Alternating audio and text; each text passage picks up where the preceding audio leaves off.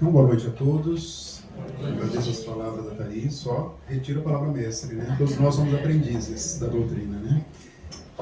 Então, antes de nós começarmos o curso propriamente dito, vamos fazer uma prece inicial.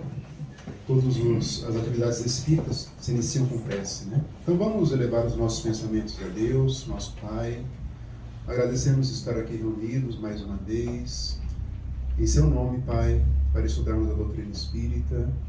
Pedimos, Pai, que nos esclareça, que nos abra os horizontes espirituais, que possamos nos apropriar das boas ideias que vêm da doutrina espírita, que renova o Evangelho de Jesus, que possamos abrir os nossos corações para as verdades espirituais. Pedimos ao Mestre Jesus que esteja conosco, lembrando, Mestre, que somos trabalhadores da sua seara, que possamos desenvolver um bom trabalho em favor do nosso progresso espiritual, em favor do nosso caminho evolutivo. E agradecemos aos espíritos amigos aqui presentes, que conduzem as atividades com os quais nos conectamos mais proximamente a partir deste momento, e que possamos seguir unidos neste ideal espírita. Seja conosco, Pai, hoje e sempre, assim seja. Pessoal, então, fico muito feliz de estar mais uma vez aqui no núcleo, na Casa Nova, aliás, aqui eu estive ainda na Casa Nova. Agradeço, podem entrar, por favor. Agradeço ao convite da Thaís. Eu e ela temos ideia, nós sempre ficamos gestando, imaginando as ideias, como seria, e nós gostamos de concretizar, né, quando sai do plano das ideias e vem para o plano aqui dos fatos, né, que é o mais importante definitivamente. Então nós escolhemos esse estudo para aprofundarmos um pouco mais o nosso conhecimento acerca da doutrina espírita.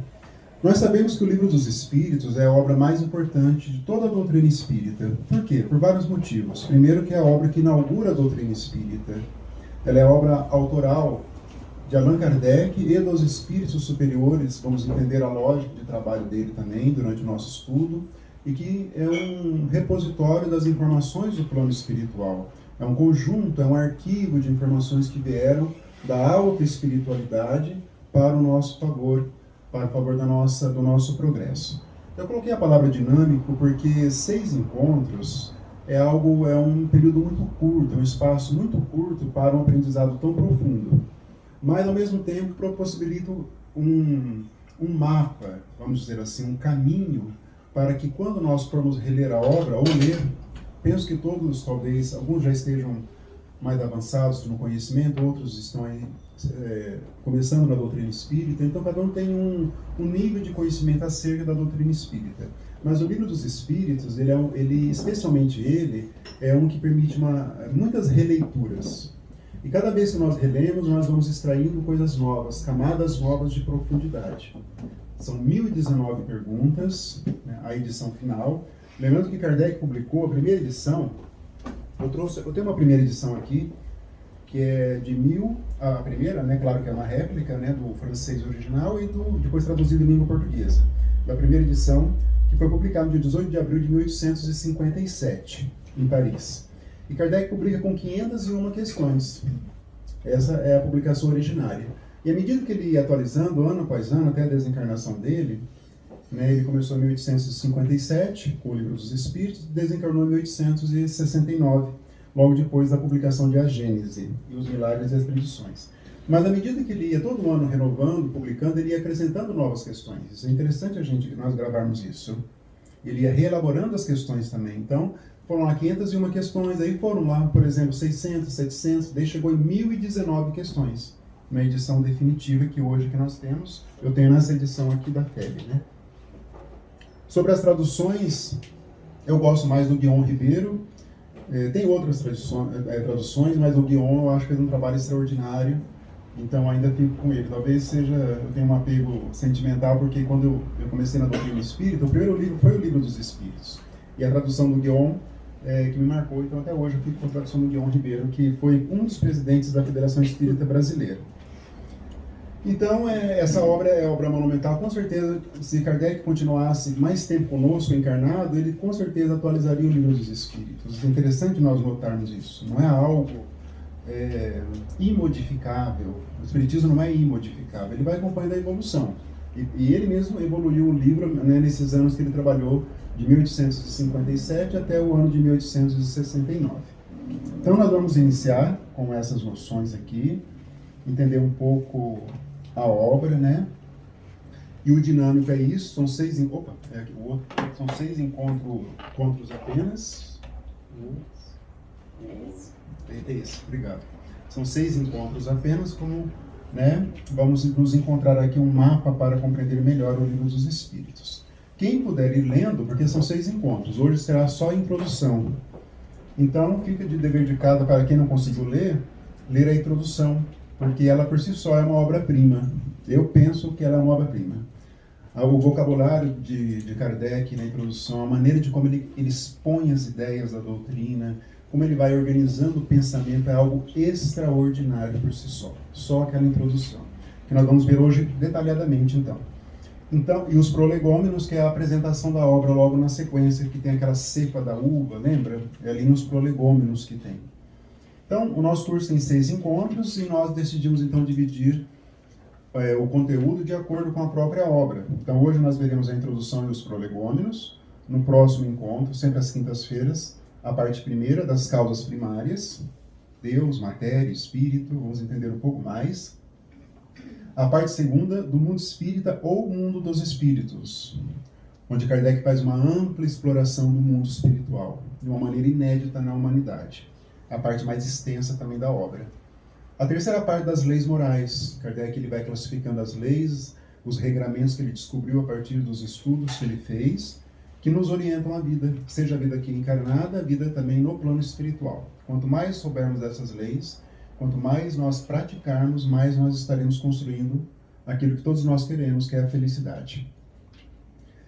A quarta parte vai ser no quinto encontro das esperanças e consolações, tanto aqui na Terra, no plano, quanto no plano espiritual.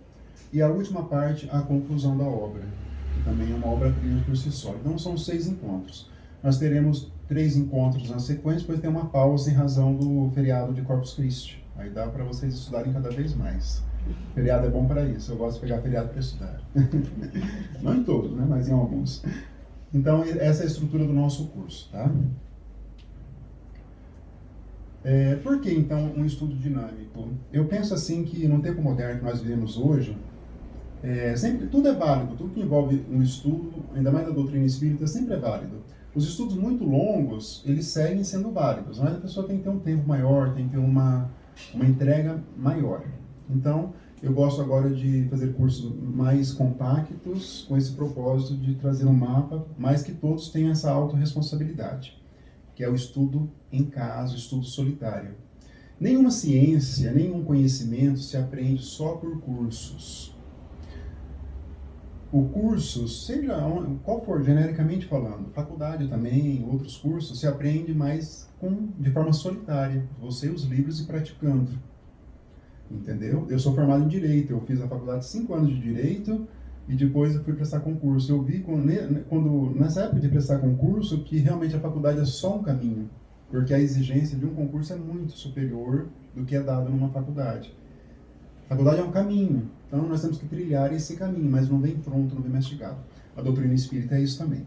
Kardec vai repetir em vários momentos na introdução a ideia de que nós temos que nos entregarmos aos estudos da doutrina de maneira perseverante, a palavra que ele usa, de maneira constante, de maneira silenciosa. Vários momentos ele vai recorrer a essas palavras. É uma maneira que ele vai nos chamar a atenção para que nós nos dediquemos também ao estudo da obra.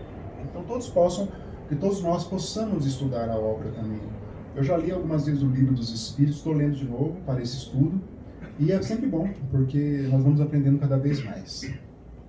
O Livro dos Espíritos ele é muito divulgado, mas talvez um pouco estudado por nós espíritas, né? E quem foi Allan Kardec? Quem foi esse francês que até hoje é objeto de estudos?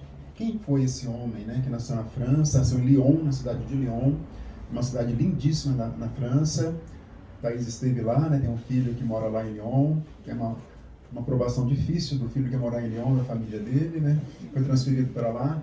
uma cidade linda, ali ao sul de Paris, e ele nasceu no ano de 1804, e foi ali, então, já na adolescência, mais ou menos, ele foi encaminhado para estudos no Instituto Yverdun, que é uma cidade na Suíça, e fica próximo também geograficamente de Lyon, embora fique na Suíça, mas na Europa, todos os países, né, alguns são bem pequenos, fica ali próximo de Lyon.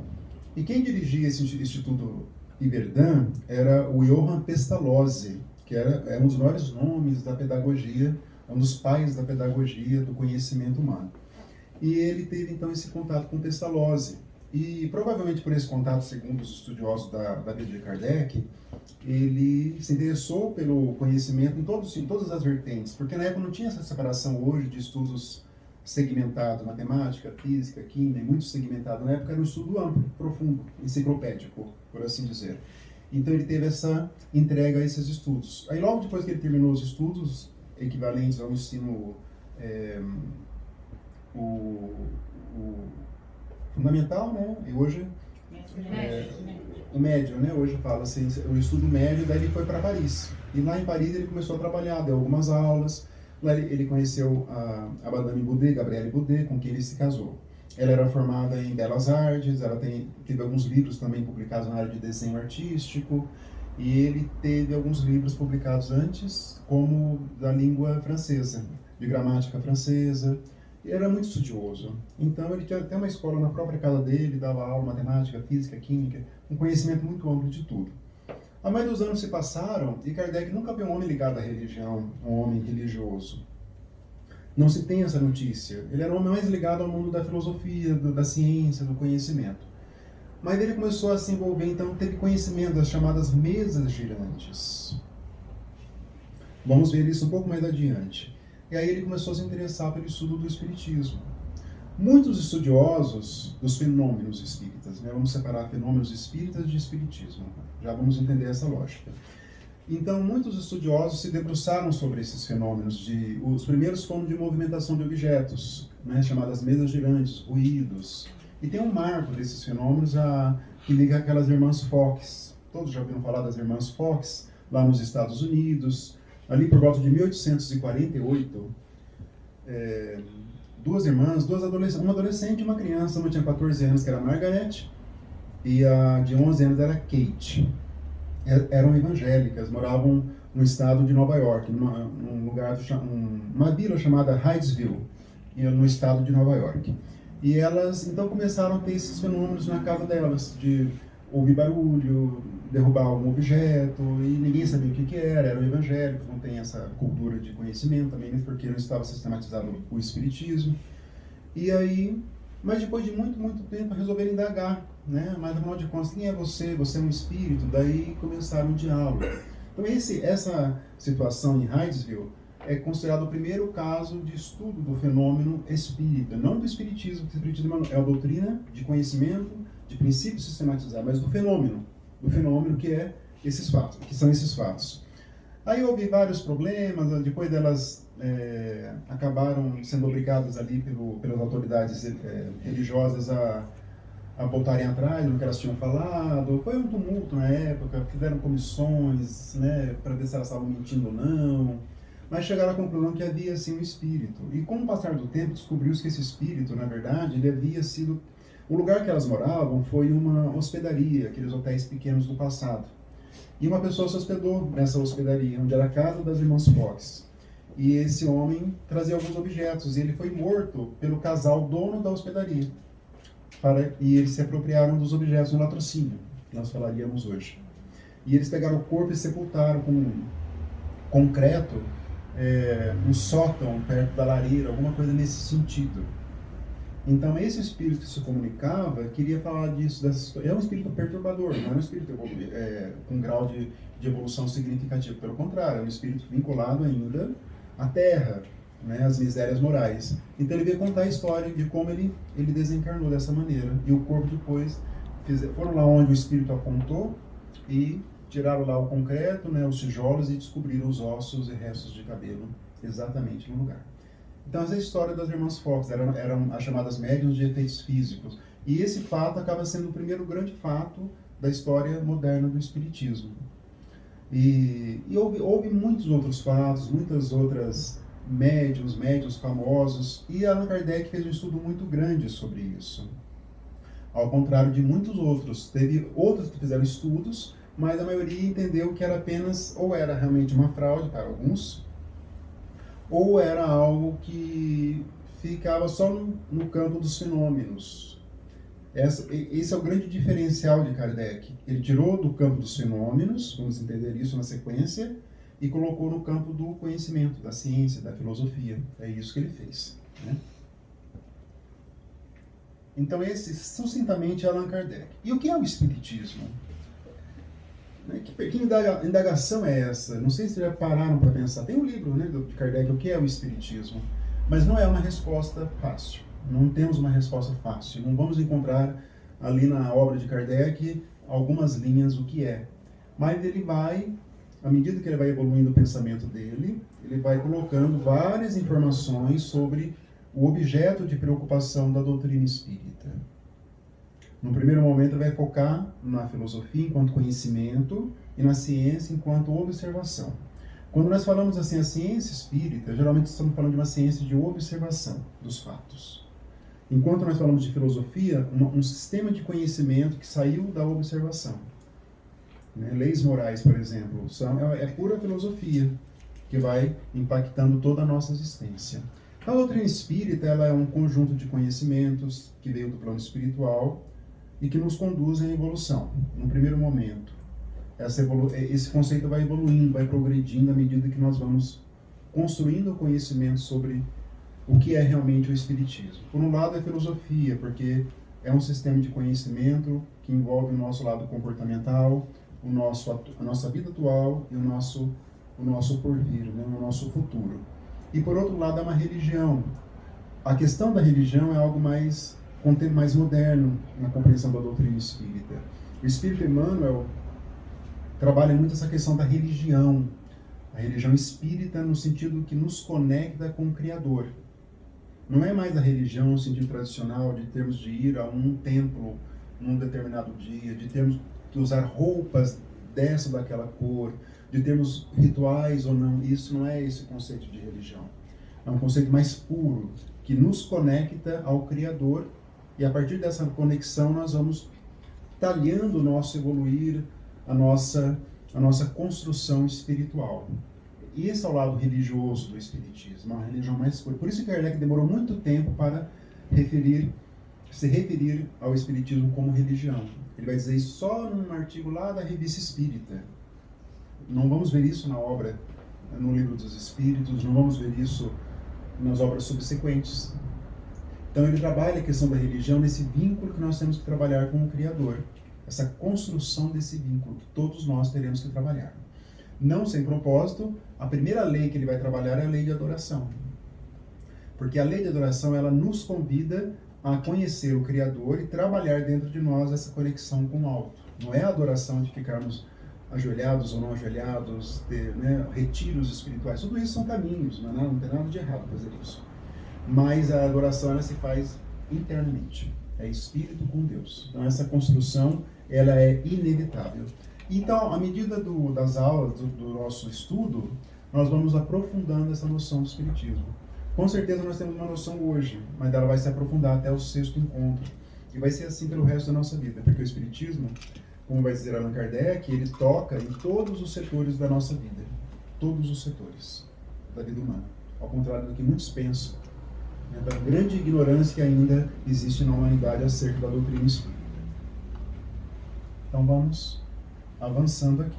E o conteúdo, ele é muito grande. Então vamos ver hoje a introdução e os prolegômenos da obra, que Kardec trabalha tão brilhantemente ali. Então tem um ponto ali que Kardec coloca logo após o título do Livro dos Espíritos. Ele abre aqui, daí ele coloca aqui, ó. Já vamos observar, ele faz assim. O Livro dos Espíritos, aí acima ele coloca filosofia espiritualista. Não é uma religião, interessante. Aí ele coloca assim, está ali. Princípios da doutrina espírita sobre a imortalidade da alma, a natureza dos espíritos e suas relações com os homens, as leis morais, a vida presente, a vida futura e o porvir da humanidade, o que vem pela frente. Segundo aos ensinos aqui, dados por espíritos superiores com um concurso de diversos médiuns, recebidos e coordenados por Allan Kardec. Aqui é um resumo da doutrina espírita. Isso aqui é um resumo, né? A imortalidade da alma, ela nos dá uma noção muito mais aprofundada de tudo isso, né? E a partir disso, ele desenvolve a natureza dos espíritos, né? Afinal de contas, o que é o espírito? Isso vai ser muito bem trabalhado ali na segunda parte da obra, né? O que são... Para nós espíritas, essas noções, algumas ali, são até muito fáceis, quem está no trato da doutrina há mais tempo. Mas para muita gente, essa noção de espírito ainda não é bem delimitada. Então, Kardec vai trabalhar essa questão também. E as suas relações com os homens, sejam relações ostensivas ou relações ocultas. Vamos entender também como que se dão essas relações entre nós, encarnados e desencarnados. Objeto de muito mistério pela humanidade, de muito medo ainda, de muita incompreensão, esses fenômenos que, como vai dizer Kardec, está na ordem natural das coisas. Não foge da ordem natural. As leis morais, vamos ver todas elas, a vida presente, né? Afinal de contas, o que nós fazemos aqui? Kardec vai trabalhar esse raciocínio, que é um dos grandes enigmas da humanidade. Afinal de contas, o que nós estamos fazendo aqui na Terra? Qual é a nossa finalidade? Por que existimos? Essa questão é profunda e filosófica, mas a doutrina vai nos trazer que nós estamos aqui dentro de um processo de evolução, que aqui é algo temporário, passageiro, mas não é a nossa vida verdadeira.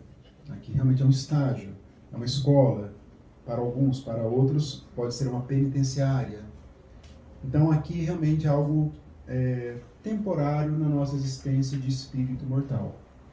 A doutrina vai despertar essa ideia muito bem dentro de nós, muito bem dentro de nós. E o porvir da humanidade, o que vem, né? O que nós podemos esperar do futuro. Até que ponto nós podemos compreender tudo isso, né, que vem. Não é fácil compreender toda essa estrutura onde nós estamos envolvidos. Por isso que o estudo ele é essencial para a compreensão de toda a estrutura nossa, onde nós estamos, a família onde nós nos encontramos encarnados, os desafios da vida. Todos nós temos aqui, cada um de nós temos desafios, temos provas, temos expiações. Então, como isso se dá, né, em âmbito da doutrina? A doutrina faz uma leitura muito ampla e muito lógica da vida. Eu não consigo enxergar em nenhum outro sistema de educação, um sistema pedagógico, que explique tão bem a nossa realidade quanto a doutrina espírita. E embora a doutrina, vai dizer Kardec, ela não é algo nova, não é uma inovação. Ela apenas sistematiza um conhecimento que a humanidade já tinha, mas estava um pouco esparso.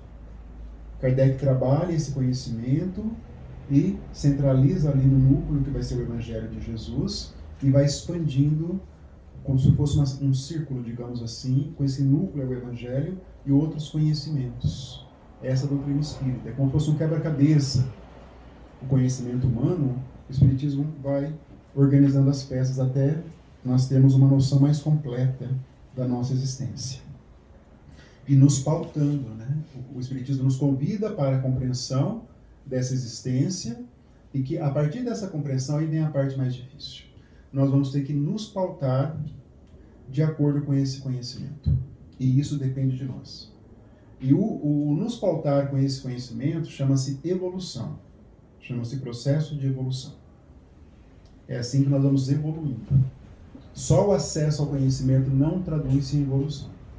André Luiz vai trazer alguns casos na sua obra de espíritas que tiveram acesso a um amplo conhecimento, que foram também trabalhadores, muitos do movimento espírita, e que alcançaram o plano espiritual sem construção espiritual nenhuma, ou muito pouca, porque não houve esse trabalho de colocar no seu comportamento, no seu mundo espiritual, no seu mundo psíquico profundo, os ensinamentos da doutrina. É lá que nós temos que instalar, né, profundamente. É um desafio bastante grande, né? Kardec não coloca, então, os médiuns, o nome dos médiuns. Para ele, isso é irrelevante. E eles também não quiseram, os médiuns principais que trabalharam ali, Lembrando que Kardec, só nessa questão dos médiuns, ele trabalhou com dois caminhos. Ele recebia mensagens, eram psicografadas, de vários médiuns com que ele se comunicava, ele dá essa notícia. E ele tinha também o seu grupo de médiuns próximo que ele utilizava para tirar suas dúvidas. Então, chegava até ele, por exemplo, 10 textos, por exemplo, sobre reencarnação. Ele estudava. Ele tinha algumas dúvidas. Ele ia lá na Sociedade de Paris, que ele fundou no ano seguinte, em 1858, no dia 1º de abril. Então ele publica o Livro dos Espíritos antes da fundação da Sociedade Espírita de Paris. Então o Livro dos Espíritos ele é fruto do trabalho doméstico, das reuniões mediúnicas domésticas que ele fazia. Que ele começou ali por volta de 1853, o primeiro contato que ele teve ali. E aí os anos se passaram até 1857. Foi pouco tempo, na verdade, o estudo para lançar o Livro dos Espíritos. Foi um estudo muito aprofundado. Então ele publica com todo esse cuidado, né, alguns poucos anos, digamos assim, mas com muita profundidade. Né? E ele resolve então não colocar o nome dos médiuns, porque para ele isso é irrelevante. E os médiuns também, que trabalharam com ele, pediram para que não fossem mencionados. Interessante essa ótica, porque no século XX os médiuns eles ficaram tão grandes, alguns como o Chico e outros, que nós os temos como uma referência muito grande. Captaram o que eu quero dizer? É diferente de Kardec. Kardec dava mais profundidade no conhecimento que vinha pelos médiuns, mas não para a pessoa dos médiuns. Isso era irrelevante porque não era obra deles. Ele tinha essa noção. Ele colocou o médium no seu devido lugar, vamos dizer assim, não é a obra do médium. Embora muita gente, nós falamos até, a obra do Chico, o Chico escreveu? Não foi, né? O Chico nunca escreveu nada, na verdade. Isso, toda a obra vieram dos espíritos. Então Kardec faz questão disso, né? Logo no primeiro parágrafo, agora começando mesmo a introdução, ele vai ter uma preocupação. No primeiro parágrafo da introdução, que é denominar corretamente os objetos de trabalho do estudo dele. Então ele vai tratar dessa diferenciação de espiritualismo, matéria e espiritismo. Porque ele fala que esse conjunto de conhecimentos que ele está se defrontando é tão profundo que precisava de uma palavra nova. As palavras que tinham até então não iam traduzir aquilo que ele queria demonstrar por meio da obra. Então ele teve que criar uma palavra nova. Qual foi a palavra que ele criou? Espiritismo, né? Espiritismo, em francês. Ele criou essa palavra. Então essa palavra é uma criação do próprio codificador. E nós temos que, nós espíritas, preservar essa tradição. Porque hoje muitos movimentos religiosos ou não religiosos se apropriaram da palavra espírita, equivocadamente. A ponto de nós, até alguns de nós e outros que não são espíritas, nos chamarmos de kardecistas, dando a entender que existem outros espíritos que não sejam kardecistas, o que é equivocado. Né? Porque nós somos espíritas, a palavra kardecista não traduz a ideia. Porque espírita é a partir do pensamento de Allan Kardec. Nós somos, então qualquer outros movimentos religiosos ou outros movimentos intelectuais que se apropriam da palavra espírita é de forma equivocada. Como nós estamos, claro, dentro de leis de liberdade de expressão, liberdade religiosa, não tem como, claro, impugnarmos isso, temos que tolerar. Mas nós temos que mostrar a verdade. Às vezes uma pessoa fala uma coisa ou outra, eu, educadamente, tento ser evangelicamente falando, eu falo para a pessoa, olha, mas isso não é espiritismo, né? Isso é uma outra forma de ver o plano espiritual, né? Todos temos que ter respeito, mas eu particularmente acho que nós temos que ter esse respeito para essa preocupação do codificador. Então ele que realmente inventou a palavra espiritismo, ele faz então o espiritualismo. O espiritismo seria uma espécie de espiritualismo para todo mundo que acredita que exista algo além da matéria, vai dizer ele, a Kardec, é uma pessoa espiritualista. Mas entre acreditar que existe algo fora da matéria, espíritos no caso, e que esses espíritos possam se comunicar, aí é uma outra coisa. E o que eles vão nos dizer também, aí que vem o espiritismo. O espiritismo é muito próprio, é um conjunto muito próprio de conhecimentos. Tem um rigor científico. Kardec foi um pesquisador muito grande, então esse rigor é algo muito importante. Se vocês tiverem alguma pergunta, podem fazer. como é um estudo de 6 encontros, possibilita esse diálogo um pouco mais franco. Tá? Não tem problema nenhum. Continuando na introdução, eu trouxe algumas ideias principais aqui, tá? Alguns pontos principais. Eu peguei e li lá todos os parágrafos da introdução e fui extraindo algumas ideias principais que nós temos que ter como esse mapa de compreensão. Então, logo na outra sequência, ele vai trabalhar essa questão da palavra alma. Ele tem essa preocupação de se fazer claro, de se fazer... Quem vai ler a obra de Kardec tem que entender o que ele está falando. É essa a preocupação do codificador. É típico de um pesquisador. Isso é fruto de uma pesquisa. Então, ele vai fazer a diferença, porque ele vai falar que algumas pessoas compreendem a palavra alma como sendo o espírito, que é o correto. Lá adiante, depois, os espíritos vão reservar a palavra alma para o espírito encarnado, né? E o espírito errante para o que não está encarnado. Vamos entender isso depois. O fluido vital, que é aquele fluido que todos os seres vivos têm, mas é um fluido vital, ele é um subproduto do fluido cósmico universal. Quem fez o ED vai lembrar dessas noções. Então, o espírito seria o quê? Seria o ser pensante propriamente dito. Mas ele vem sempre acompanhado do chamado perispírito. Vamos ver na sequência.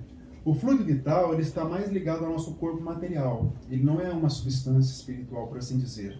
Quando nós desencarnamos, nós vamos deixar o fluido vital aqui.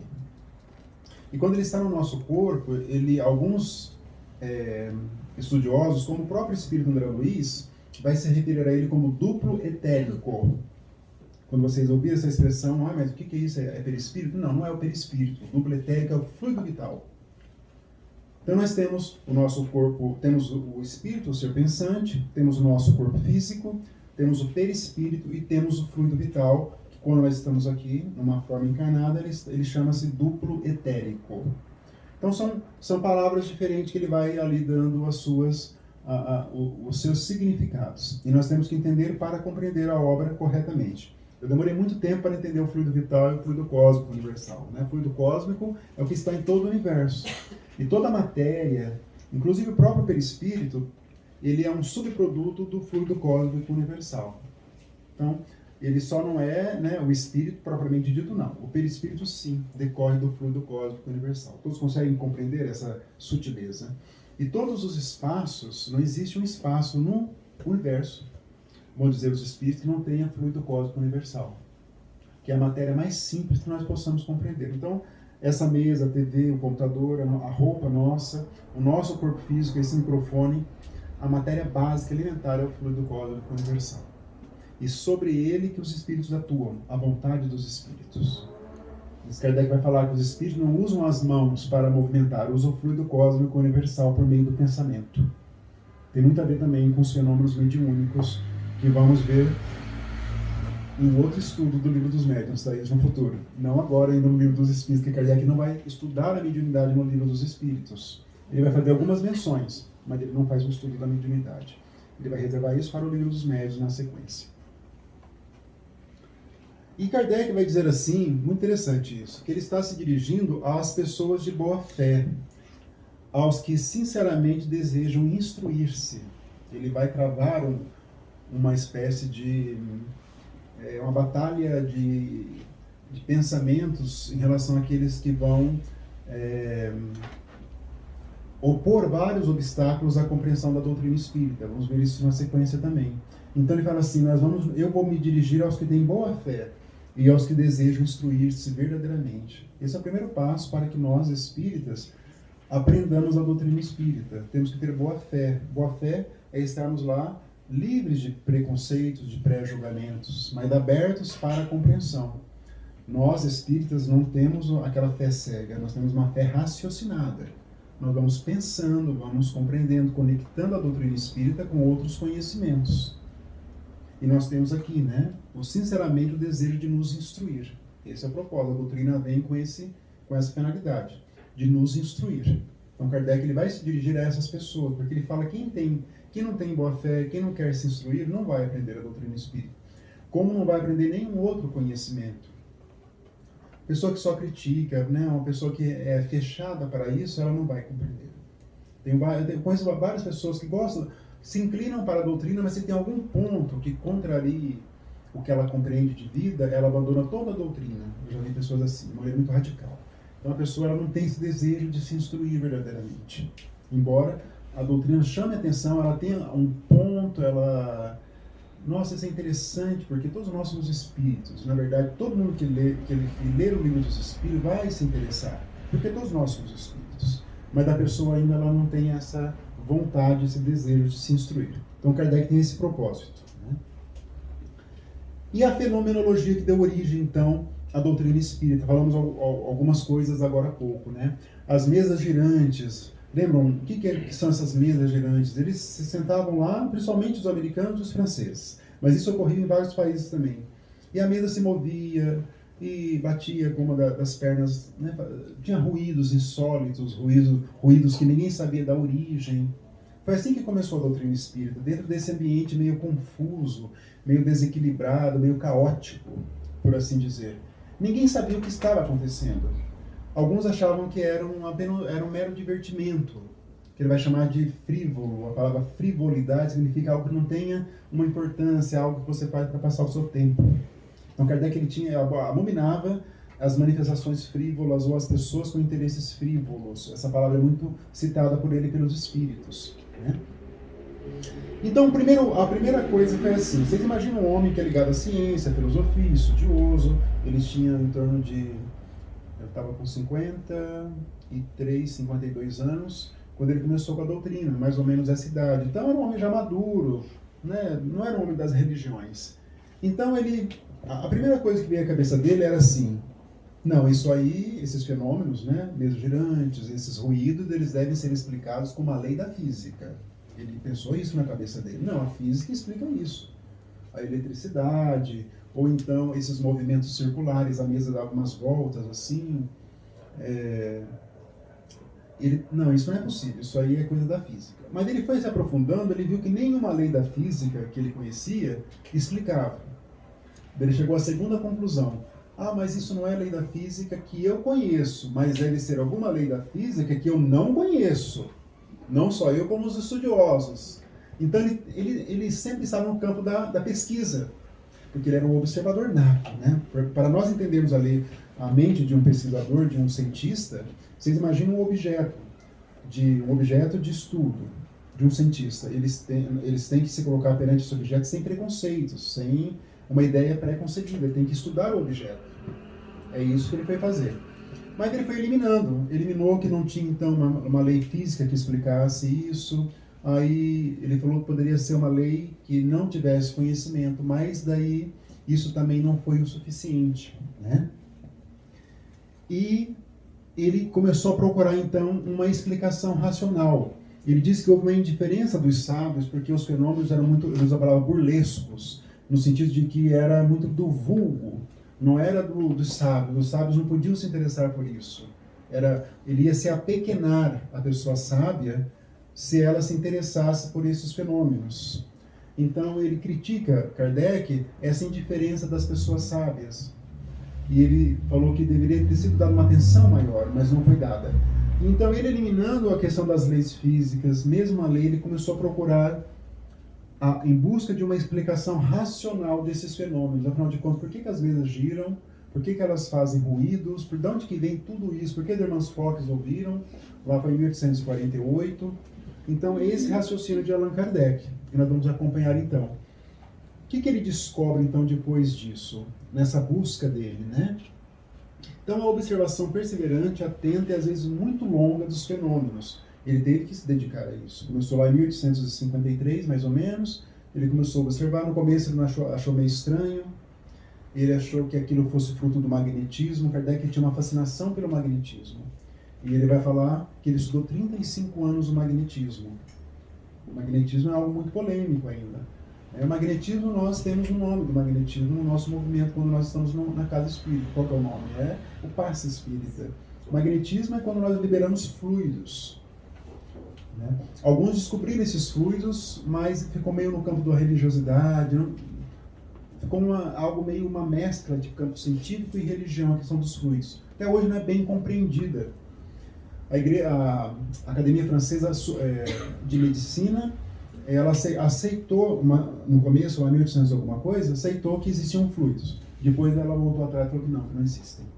Então é algo ainda. Kardec ele estudava o magnetismo, mas o magnetismo na questão não do passe, isso vai ser descoberto um pouco mais depois, mas que nós temos fluidos, que nós liberamos fluidos, e a questão do sonambulismo, que ele vai trabalhar, que não é sonambulismo da pessoa que acorda à noite e anda no quarto, não é esse o sonambulismo. O sonambulismo é a pessoa fica num estado parada, ela fecha os olhos e o espírito tem uma certa liberdade, ela consegue ir para o plano espiritual sem que seja pelo sono do corpo físico. Isso é sonambulismo. Vamos entender esses fenômenos mais adiante, que é do século passado. Então muitos se interessavam por esses fenômenos.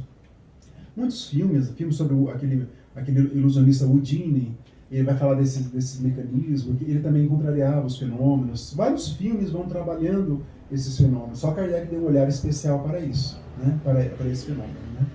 Então ele começou a observar tudo isso. Aí ele teve a grande descoberta por trás dos fenômenos. O que estava? Ele chegou a essa conclusão depois de alguns anos. O que estava por trás dos fenômenos? Uma causa inteligente. Porque ele descobriu que, embora havia ali movimentos que geravam, às vezes geravam ruídos, só que eles tinham uma manifestação de vontade. Porque houve diálogos entre os encarnados e essas inteligências. Faz isso, faz aquilo, faz isso. De onde você é? Então ela expressava uma vontade. E quando essas inteligências expressavam, ele viu então que não estava diante de um fenômeno físico, porque um fenômeno da física não vai expressar vontade. Aí que ele viu que estava diante de uma causa inteligente. E essa descoberta, vai dizer Allan Kardec, modificou toda a estrutura do conhecimento dos estudos até então. Afinal de contas, se é uma causa inteligente, quem está por trás disso? De onde que vêm essas inteligências? Onde que elas habitam? O que elas fazem? É uma pergunta típica, perguntas de pesquisador. Então esse é a primeira grande descoberta dos fenômenos ali, um pouquinho antes da publicação do Livro dos Espíritos. Ali eles, descobrindo que havia espíritos, eles começaram um método mais evoluído, porém ainda muito rudimentar, de conversar com os espíritos. Né? Então, o método primitivo das manifestações inteligentes, sim e não. Você é um espírito? Se fosse uma batida, era o sim, por exemplo. Né? Você morou na França? Não, duas. Era assim. Você é mulher? Se fosse um, sou. Homem? Esse foi o primeiro processo de comunicação. Já saiu daquele desequilíbrio, daquele fenômeno sem sentido. Já está um passo na comunicação. Vai haver uma transição da mediunidade de efeitos físicos para a mediunidade de efeitos inteligentes. Vamos entender como que isso funcionou. E depois do sim e do não, letras do alfabeto. Imagine vocês. Letra A, por exemplo, uma pancada. Letra B, duas. Letra C, três. Imaginem para compor uma frase o tempo que levaria. E é assim que eles faziam. Também não tinha muita coisa, né? Porque pensando, não tinha Instagram para caber nos vídeos, não tinha TikTok, não tinha TV. Ficava lá, um monte de pessoas ficavam lá. E formavam frases, Kardec fala frases, dissertações inteiras. Com isso, imaginem, né? Faziam isso. E a autoidentificação do ser misterioso, ele mesmo diz que era um espírito nas primeiras comunicações. Mas, afinal de contas, o que você é? Eu sou um espírito. Então, vejam vocês, não é no campo religioso, é no campo da pesquisa. Ninguém está falando de religião até agora, nada. Está no campo da pesquisa. Então, o primeiro espírito se identificou como tal, nessa sequência aí. A partir disso, nós estamos falando de 1853, um pouco antes da publicação do Livro dos Espíritos. E ele continua nesse processo, então, de investigação. Né? Aí começa um lápis e uma cesta, vai evoluindo um pouco mais, saiu do alfabeto, das batidas. Um espírito orientou que eles pegassem uma cestinha, amarrassem um lápis, uma coisa bem estranha, mas é isso mesmo. Um lápis na cesta, e os médiuns ali presentes, ainda não se falava em médium, eu estou adiantando aqui, não sabia o que era médium. O médium tem os seus fluidos, esses fluidos iam combinando com os fluidos dos espíritos, e essa combinação dos dois fluidos faziam com que a cesta e o lápis se movimentavam. E passou a escrever, imaginem vocês, a cesta passou a escrever com lápis frases completas diretamente no papel. O método já está avançando um pouco mais. E o Herculano, eu li o livro do Herculano Pires, eu achei fantástica a comparação, até coloquei um asterisco para lembrar, da sexta.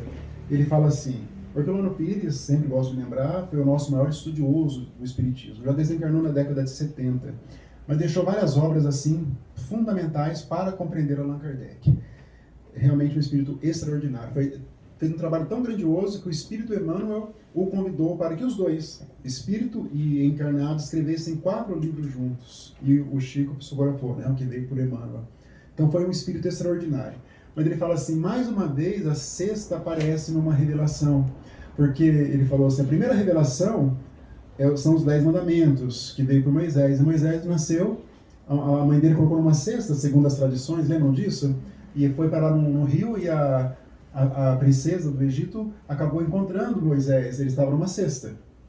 Aí Jesus nasceu dentro de uma cesta também, de uma manjedoura. E mais uma vez a cesta aparece como revelação. Olha o raciocínio que o Herculano Pires faz, eu achei aquilo formidável. Formidável. Olha esse tipo de quem é estudioso profundo. Então a cesta, ele parece, é um símbolo material das revelações. Moisés, Jesus e Allan Kardec. As 3 grandes revelações de Deus à humanidade. Então os métodos estão evoluindo. E aqui tem um fator, a descoberta da mediunidade e suas modalidades. Até então não se falava, se movimentava assim, não, mas o espírito tinha um poder por si só. Então, segundo a tese espírita, conhecimento espírita, nenhum espírito se comunica, segundo a tese espírita, sem a presença de um médium. Ainda que a pessoa nem saiba que seja médium, por exemplo, mas ela vai liberar fluidos diferentes. Esses fluidos especiais que ela libera se combinam com os fluidos dos espíritos. E nessa combinação que os espíritos podem se comunicar com esses fluidos. Então a cesta é movimentada por fluidos. O espírito, por si só, se ele quiser movimentar um objeto, não vai ser como no filme Ghost, quando ele está lá no metrô e o espírito ensina ele a movimentar o objeto. Lembram disso? Aí ele vai depois se encontrar, né, lá mais adiante no filme, ele levanta uma moeda, lembra disso na porta? Se isso dentro do conhecimento espírita, ou a Whoopi Goldberg, personagem dela, ou da outra atriz, que é o nome dela, uma delas ali tinha que ser médium, para acontecer aquela moeda subir. Médios de efeitos físicos, senão não há possibilidade. Imagina vocês se Deus permitisse que espíritos interferissem na parte material. Como seriam os espíritos que saíram vítimas de homicídio, ou vítimas, né, torturados, voltariam para poder aqui se vingar dos seus, né, não teria lógica nenhuma. Então o processo de comunicação se dá por meio da mediunidade. Os médiuns têm essa capacidade especial. Os médiuns de efeitos físicos são esses efeitos que liberam esses fluidos especiais. Então, a descoberta da mediunidade. O médium nada mais é do que, né, a palavra médium já indica isso, né, ele é um meio de comunicação entre o plano espiritual e o plano material. Isso é uma palavra médium. Todos nós temos um pouco de mediunidade, segundo Allan Kardec, lá no livro dos Espíritos, no livro dos Médiuns. Mas alguns têm essa capacidade mais bem definida, mais bem delineada, que são os chamados médiuns ostensivos. Nós, a grande maioria, nós temos aquela mediunidade comum, que é uma mediunidade mais intuitiva, mais pouca coisa. Mesmo porque nós também somos influenciados pelos espíritos. Então, a mediunidade, num conceito amplo, é a possibilidade de nós recebermos comunicação e interferência do plano espiritual. Enquanto que a mediunidade, no sentido estrito, é realmente quando o espírito consegue se comunicar e a comunicação, o raciocínio dele é totalmente diferente do médium. Isso é a comunicação ostensiva. Existe sempre uma zona cinzenta.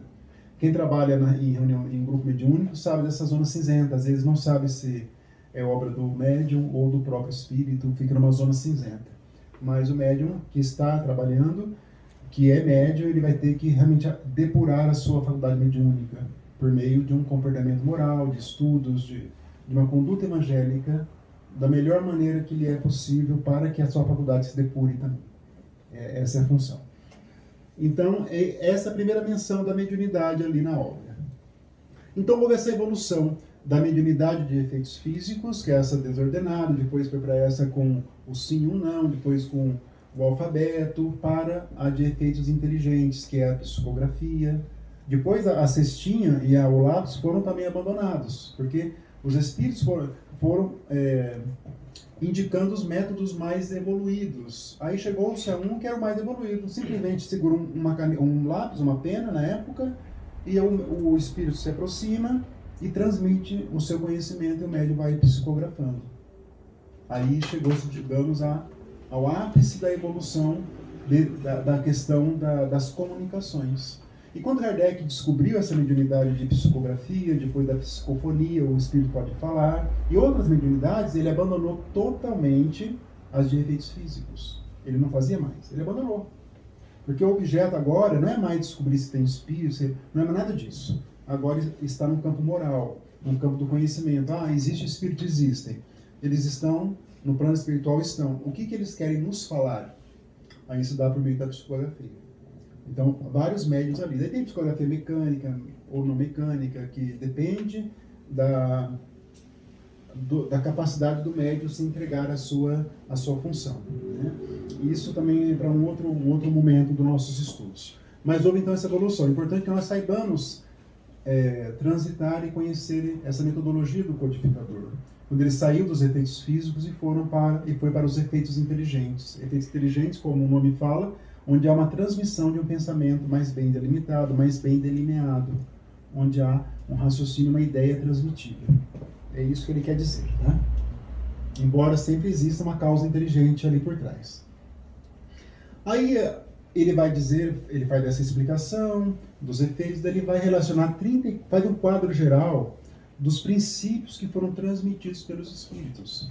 E eu acho assim extraordinário esse quadro que ele faz, que é um resumo da doutrina espírita logo no início. Ele coloca 34 itens, mas na verdade esses 34, alguns se desdobram. Então se fosse mesmo, e até hoje, olha, quantas vezes que eu li o Livro dos Espíritos, há muitos anos, tenho lido, relido, dou cursos, e hoje eu vi, nossa, mas não são 34 itens, porque ele vai subdividindo em outras ideias. E poderia fazer um trabalho, né? Por exemplo, princípios dos espíritos de acordo com a introdução do Livro dos Espíritos, por exemplo, entendeu? Agora eu tive essa visão hoje, quando eu estava relendo para a nossa aula, porque são esses 34 itens. Eu trouxe algumas ideias aqui que eles nos trouxeram então, e ele vai colocar entre aspas, ou seja, é ipsis literis, é literalmente os ensinamentos dos espíritos ali. Lembrando que Kardec é sempre um trabalho de pesquisa, ele não recebia tudo pronto. Eu gosto de frisar isso, porque eu mesmo me confundia no passado. Eu achava que ele recebeu as respostas prontas dos espíritos. Não era bem assim. É um trabalho de pesquisa, igual eu falei. Ele perguntou o que era reencarnação. Ele questionava 10 espíritos do que era reencarnação. Ele fazia esse estudo e ele ia ali extraindo as melhores conceituações. É isso que ele fazia. É isso que ele fazia. Tanto é que havia espíritos que que contradiziam uns aos outros. E ele, né? Então, caberia a ele definir ali. Por que existem contradições? Vamos entender. Porque cada espírito está num patamar de evolução diferente. Simples assim. É difícil entender essa lógica. Então, vocês imaginam o trabalho grandioso dele. Porque quando nós vamos ler o Livro dos Espíritos, ali as perguntas são muito interessantes e as respostas são muito lógicas. Então, é um trabalho de pesquisa muito grande. Por isso que ele continua intocável, né? Então, algumas das ideias desses 34 itens que foram ditados pelos espíritos, né? Uma falha aqui, está acontecendo. Deixa eu ver aqui. Já vamos abrir aqui.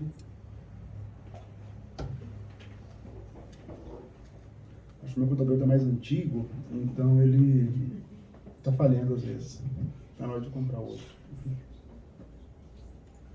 Peraí, já vou abrir. Alguém tem alguma dúvida ou não? Já vamos ver os 34, algumas informações desses 34 itens.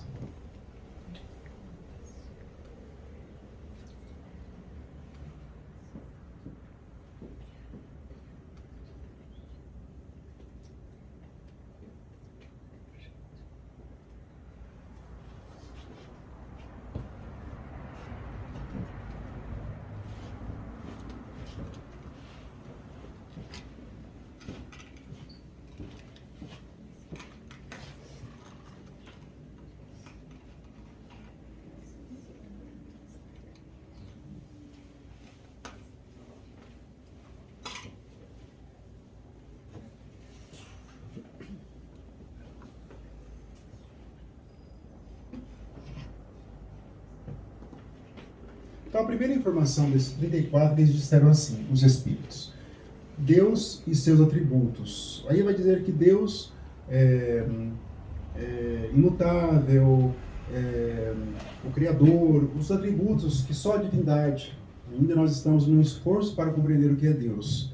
O Espiritismo nos trouxe algumas informações a mais, mas ainda essa compreensão da divindade é algo assim que vai ainda realmente nos levar a muitos e muitos séculos de estudo.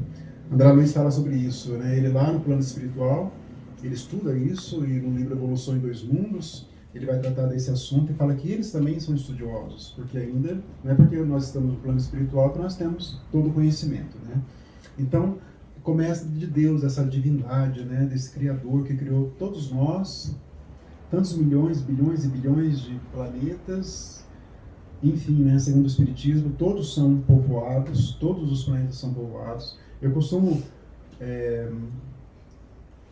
deduzir a grandeza de Deus a partir desses dados da astronomia. Quando eu vejo esses dados, assim, foi descoberto um planeta há milhões de anos que pode ter vida. Essas informações, assim, da internet, nada profundo.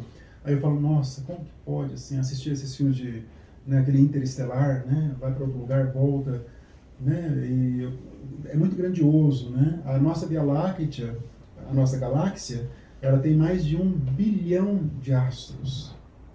Eu estava lendo esses dias. E tem mais de 100 milhões de galáxias no universo conhecido. É muito, é demais, assim. Né? São bilhões e bilhões. Então o Criador é o Criador de tudo isso. Né? De tudo isso. A criação em si, né? Que somos nós, as coisas, a matéria. Vamos ver isso no próximo encontro com mais detalhe. Os mundos corpóreos e incorpóreos, uma das grandes contribuições do Espiritismo. Até então, não se tinha, né, uma ideia exata. Falava-se muito até então de paraíso, de inferno, de purgatório. A Igreja Católica trabalha essas ideias até hoje, algumas igrejas evangélicas, mas eles trabalham com a ideia de mundos corpóreos e incorpóreos. É uma grande revelação da doutrina espírita. Nós ainda não vamos ter informações sobre as chamadas colônias espirituais, sobre essas cidades espirituais. Isso viria depois, só no século XX, por meio de outros autores, principalmente pelo espírito André Luiz. Então, se nós procurarmos na obra do codificador, nós não teremos essas informações sobre as chamadas colônias espirituais, cidades espirituais. E é por isso, é bom vocês saberem, quem estuda, quem vai estudar mais, que algumas pessoas até não admitem essas ideias porque não estão em Kardec. São pessoas que se apegam muito à letra de Kardec. Alguns como se apegaram à época de Moisés. Jesus veio, né, trouxe essa inovação muito grande, mas alguns não compreenderam isso e se apegaram a Moisés, lá no judaísmo. O livro Paulo Estevão vai contar toda essa história. Ele mesmo, o próprio Paulo, então Saulo, ele começou a punir todos os cristãos porque eles estavam contrariando os ensinamentos de Moisés. Então ninguém podia falar nada de Moisés. Era um sacrilégio. Ele começou com as perseguições, começou ali contra Estevão foi levado à morte, foi apedrejado, todo mundo, né, começou a sair da cidade, até que Jesus foi lá e buscou ele, né, buscou Paulo, né, no Saulo, por que me persegues? Então, vocês vejam que essas ideias são muito inovadoras, e as religiões, às vezes, elas se cristalizam no tempo. Então, mundos corpóreos e incorpóreos. Temos o nosso mundo, que é o mundo corpóreo. É interessante a linguagem também. Vejam bem essa técnica do Livro dos Espíritos. Não vão falar assim, mundo, por exemplo, matéria e imaterial. Porque lá também tem matéria, num outro estágio. Por isso não é mundo, matéria ou imaterial. Então tem corpóreo e incorpóreo. Interessante, corpóreo porque está no corpo, e incorpóreo fora do corpo. Eu acho essa denominação muito interessante, muito técnica. E vão dizer que o mundo espiritual é imperecível e eterno, entre outros atributos. Aqui é um resumo do resumo. Então, é interessante que lá realmente é a nossa verdadeira casa. E se não existisse o plano material? E nada afetaria o plano espiritual, segundo os espíritos. Então, nós estamos aqui realmente em um curso preparatório. Lá que é a nossa verdadeira casa. Interessante nós termos essa noção. Aqui é algo secundário, passageiro, transitório. É difícil nós nos penetrarmos dessa compreensão mais profunda. E a vida se faz lá no plano espiritual. Então, assim, tem sutilezas da obra, por exemplo, do André Luiz, né? Que eu acho a obra do André Luiz uma das mais importantes que vieram, não só em âmbito da doutrina, mas em âmbito de toda a humanidade. Ele vai dizer assim: a maioria dos espíritos de nosso lar se prepara para voltar para a Terra, para novos desafios. Mas uma minoria se prepara para ir para outros globos, outros setores de evolução. É uma sutileza da obra. Outros mundos. Por quê? Quero dizer o seguinte: não necessariamente a evolução se faz só no plano espiritual, no plano corporal, faz também no plano espiritual, onde é a verdadeira casa. Onde é a verdadeira casa. Então, essas noções que nós temos que ter, né? Imperecível e eterno. É claro que ela também evolui-se, né? Os espíritos encarnam somente na espécie humana. Kardec frisa isso umas 2 vezes. Os espíritos frisam isso por quê? Porque algumas religiões defendem que nós poderemos encarnar em animais. O hinduísmo, só me engano, defende essa possibilidade. Então, outras religiões defendem isso no ar. Segundo a doutrina, nós estamos evoluindo. O nosso princípio espiritual, vamos entender também no próximo encontro, ele transitou por reinos inferiores da natureza. Transitou, foi aprendendo, foi evoluindo. Lá no livro Evolução em Dois Mundos, no André Luiz, vai ter trabalhado essa tese, esse conhecimento. Mas chegou um momento que nós atingimos o chamado estágio da humanidade. Aí, nesse momento, nós não vamos retroagir nunca mais. Não há possibilidade. Podemos estagnar, podemos assumir outras responsabilidades, mas nós não vamos retroagir em termos evolutivos. Não se retroage. Sempre avançamos. E sempre na espécie humana. A alma e seu envoltório material, e finalmente o perispírito é mencionado pela primeira vez aqui na obra, que é esse corpo semimaterial. Nós sempre falamos do espírito. O espírito ele só pode ser compreendido no plano teórico, quando nós estudamos igual que hoje. Mas o espírito, em termos de realidade, ele nunca se apresenta sem o perispírito. Nunca.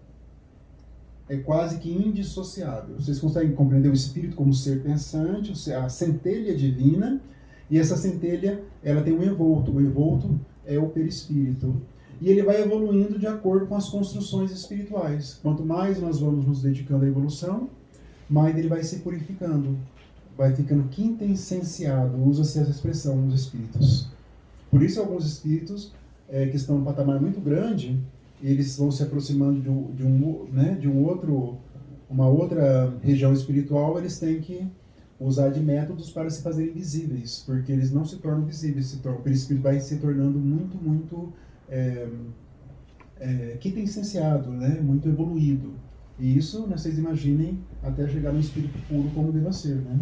Jesus, quando ele apareceu para Saulo, ele estava tão no estágio, como era o espírito puro, Jesus, que já tinha percorrido todo o caminho espiritual, ele estava, o perispírito altamente iluminado. Porque a luz também que nós emitimos é de acordo com o nosso progresso espiritual. O irmão Jacó, no nosso seminário, ele sabia que, porque ele era da Federação Espírita, lá de Brasília, do Rio de Janeiro na época, que o sinal de uma evolução é o espírito emitir luz própria. E quanto mais ele emite a luz, mais intensa, mais ele é. E ele desencarna e ele não vê luz nenhuma. Lembram disso? Quem participou do estudo, né? Aí chega uma senhorinha, foi uma professora rural, numa escola rural, toda iluminada, católica, toda iluminada. E ele não, ele ficou assim, né? Acabou com o dia dele, né? Ele não viu nem, ele olhava. Então, quando nós desencarnarmos, vamos olhar para ver se tem alguma luz ali. Se não tiver nada, vamos ter que percorrer um caminho mais doloroso, né, pela frente. E Jesus apareceu para Saulo, aí Emmanuel descreve muito bonita a cena. Jesus aparece com o céu se rasga, né, lá no deserto, estava indo lá para Damasco, o céu se rasga, Jesus aparece volitando, vestido com uma túnica com os pontos brilhantes, emitindo luz assim, intensamente. E um dos que estavam ajudando Saulo viu um ponto de luz ali, cada um viu de acordo com a mediunidade. Tem um que não viu nada, o outro viu um ponto de luz, e Saulo viu a própria figura do mestre ali, né, pela mediunidade realmente extraordinária dele. E foi tão forte a luz que ele cegou. Ficou alguns dias cego. A luz de Jesus cegou, a luz pura de Jesus cegou Saulo de Tarso. Claro que tem um significado que ele cegou também porque ele estava ali no caminho errado. Tem esse significado. Mas ele cegou. por causa da luz de Jesus. Isso é muito comum. Muito comum um espírito, né? Imagine Jesus, a emissão de luz divina, né, do perispírito dele. Né? Então o perispírito, ele sempre vai acompanhar o espírito, sempre, mesmo os espíritos puros, os que alcançaram o grau supremo, eles vão se apresentar, né, sempre com esse envoltório. E as diferentes classes de espíritos e o princípio da evolução. Porque até então não se tinha noção de evolução. Acho que Darwin publicou o livro dele um pouquinho depois, acho que de 1859, a Teoria das Espécies, e Kardec publica antes de Darwin o princípio da evolução. Kardec ainda não foi reconhecido. Um dia vai ser, como um grande intelectual da humanidade. Mas Darwin trabalhou o princípio da evolução das espécies, né? Plantas, animais. Só que a evolução do espírito é trazida pela doutrina espírita. Que nós temos que evoluir, estamos num processo de evolução. Muitas religiões não admitem essa ideia de evolução. Nós nascemos prontos e acabou, vamos evoluir no máximo durante uma vida só, porque não existe reencarnação. Para a grande maioria das escolas cristãs, não admite o processo de evolução. E isso é um ponto crucial da doutrina espírita, é o processo de evolução. Nós temos que nos conscientizar disso. Estamos dentro de um processo. E o processo de evolução é feito por nós mesmos. Não há como transferi-lo, não há como delegá-lo, podemos paralisá-lo, mas infelizmente, ele, no sentido figurado, né, é um trabalho penoso que cabe a nós mesmos. E a reencarnação, né? Finalmente um estudo é apresentado à humanidade, um estudo profundo sobre a reencarnação. Muito embora a reencarnação seja algo muito antigo na humanidade. Aquelas escolas religiosas da Índia, do Egito, todas elas trabalhavam a questão da reencarnação. Mas não tinha uma compreensão, era algo muito místico, muito voltado para alguns grupos religiosos muito específicos. O que aconteceu com o Espiritismo? Kardec lançou isso numa expressão simples, em praça pública. A reencarnação saiu daqueles grupos místicos, religiosos, lá da Índia, do Egito Antigo, e foi para a praça pública. Assim como Emmanuel fala que no dia de Pentecostes, quando os apóstolos falaram em outros idiomas, foi o dia que a humanidade estava preparada para travar, com respeito, contato com o plano espiritual. Emmanuel fala isso. A partir daquele momento, nós fomos qualificados para travarmos contato respeitoso com o plano espiritual. Então isso acontece, né? Então a reencarnação é dada para todos, embora ainda seja um mistério, as pessoas não compreendem, têm curiosidade, as pessoas têm curiosidade de entender. Só que elas ou têm um medo, ou querem saber o que foi só por curiosidade, eu fui príncipe, rei, princesa, né? Mas não, ou quando as novelas trabalham esse tema, é de uma maneira muito romantizada. Geralmente, né, é um casal que vai se encontrar para ser feliz para sempre. É algo muito romantizado, não é algo feito com estudos técnicos, como Kardec faz no Livro dos Espíritos. E a reencarnação ela se faz na Terra ou em outros mundos. As pessoas perguntam, né, mas algumas pessoas, por que se existe reencarnação, se são os mesmos espíritos, por que a Terra está sempre aumentando a sua população? É inteligente esse argumento. Um dia eu estava indo dar o curso do André Luiz, ali no núcleo, né, que não tem mais, né, o núcleo fechou. Aí o Uber perguntou, aonde que você vai? Eu falei, vou dar um curso de espiritismo. Daí ele perguntou, mas vocês acreditam em reencarnação? Acredito. Então, se você acredita, por que a população sempre aumenta se são os mesmos espíritos que iam voltar? Perguntou para mim. Eu falei, porque existem vários mundos que têm outros espíritos. Existe um trânsito entre os espíritos, por isso que vai aumentando a população. Mas ele não entendeu muito bem, com certeza. Eu acho que eu assustei mais do que expliquei para ele, né? Porque a reencarnação já dá medo. Se falar que existem outros mundos que tem, aí a coisa é mais feia ainda, né? E por isso, existe um trânsito. Quem for ler o livro A Caminho da Luz, do Emmanuel, vai ver que a Terra recebeu vários povos aqui. Espíritos que se tornaram povos. Os egípcios vieram lá de Capela, que é um sistema solar. Os hebreus vieram de lá. Os indianos vieram de lá. E reparem que são realmente culturas muito diferentes uma da outra. Tem os egípcios, eu não conheço o Egito ainda, né? Você foi lá, né, Thaís? Eu não conheço o Egito ainda, mas quero conhecer. Mas deve ser um povo muito diferente de tudo que existe na humanidade. Não pode ter nascido na Terra aquele tipo de conhecimento, né? E eles eram realmente, os mais evoluídos em termos de conhecimento, era o povo egípcio. O povo egípcio. Então, o que existe? Existe um trânsito entre as populações, entre os espíritos de outros planetas. Kardec pergunta, né, lá na frente, qual que é como nós podemos identificar um espírito que está na Terra pela primeira vez? Kardec pergunta isso. E eles respondem, isso não tem nenhuma necessidade, não vai servir para nada para o progresso de vocês. Assim que ele responde. Mais ou menos isso. Não serve para nada identificar, mas eles vão dizer que existem sim espíritos que se encontram pela primeira vez na Terra. Não que sejam espíritos ignorantes, não é isso. Mas que estão na Terra porque estão aqui necessariamente, aliás, por alguma obrigação ou por alguma necessidade evolutiva. Tudo feito com muito critério. Sim. Aqui. Oi, Glória. Aqui atrás. Viu? Uma dúvida que ele sempre coloca, né? Nunca você vai evoluir, você nunca vai regredir, Como é que fica, por exemplo, agora, a gente está num processo, caminhando ainda, daqui a muitos anos ainda, para o mundo de regeneração.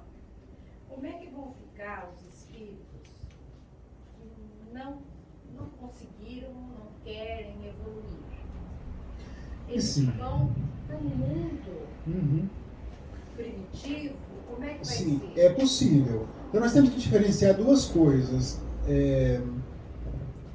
ou três coisas: a evolução própria do espírito, a evolução dos povos, a evolução dos planetas. Os planetas evoluem também.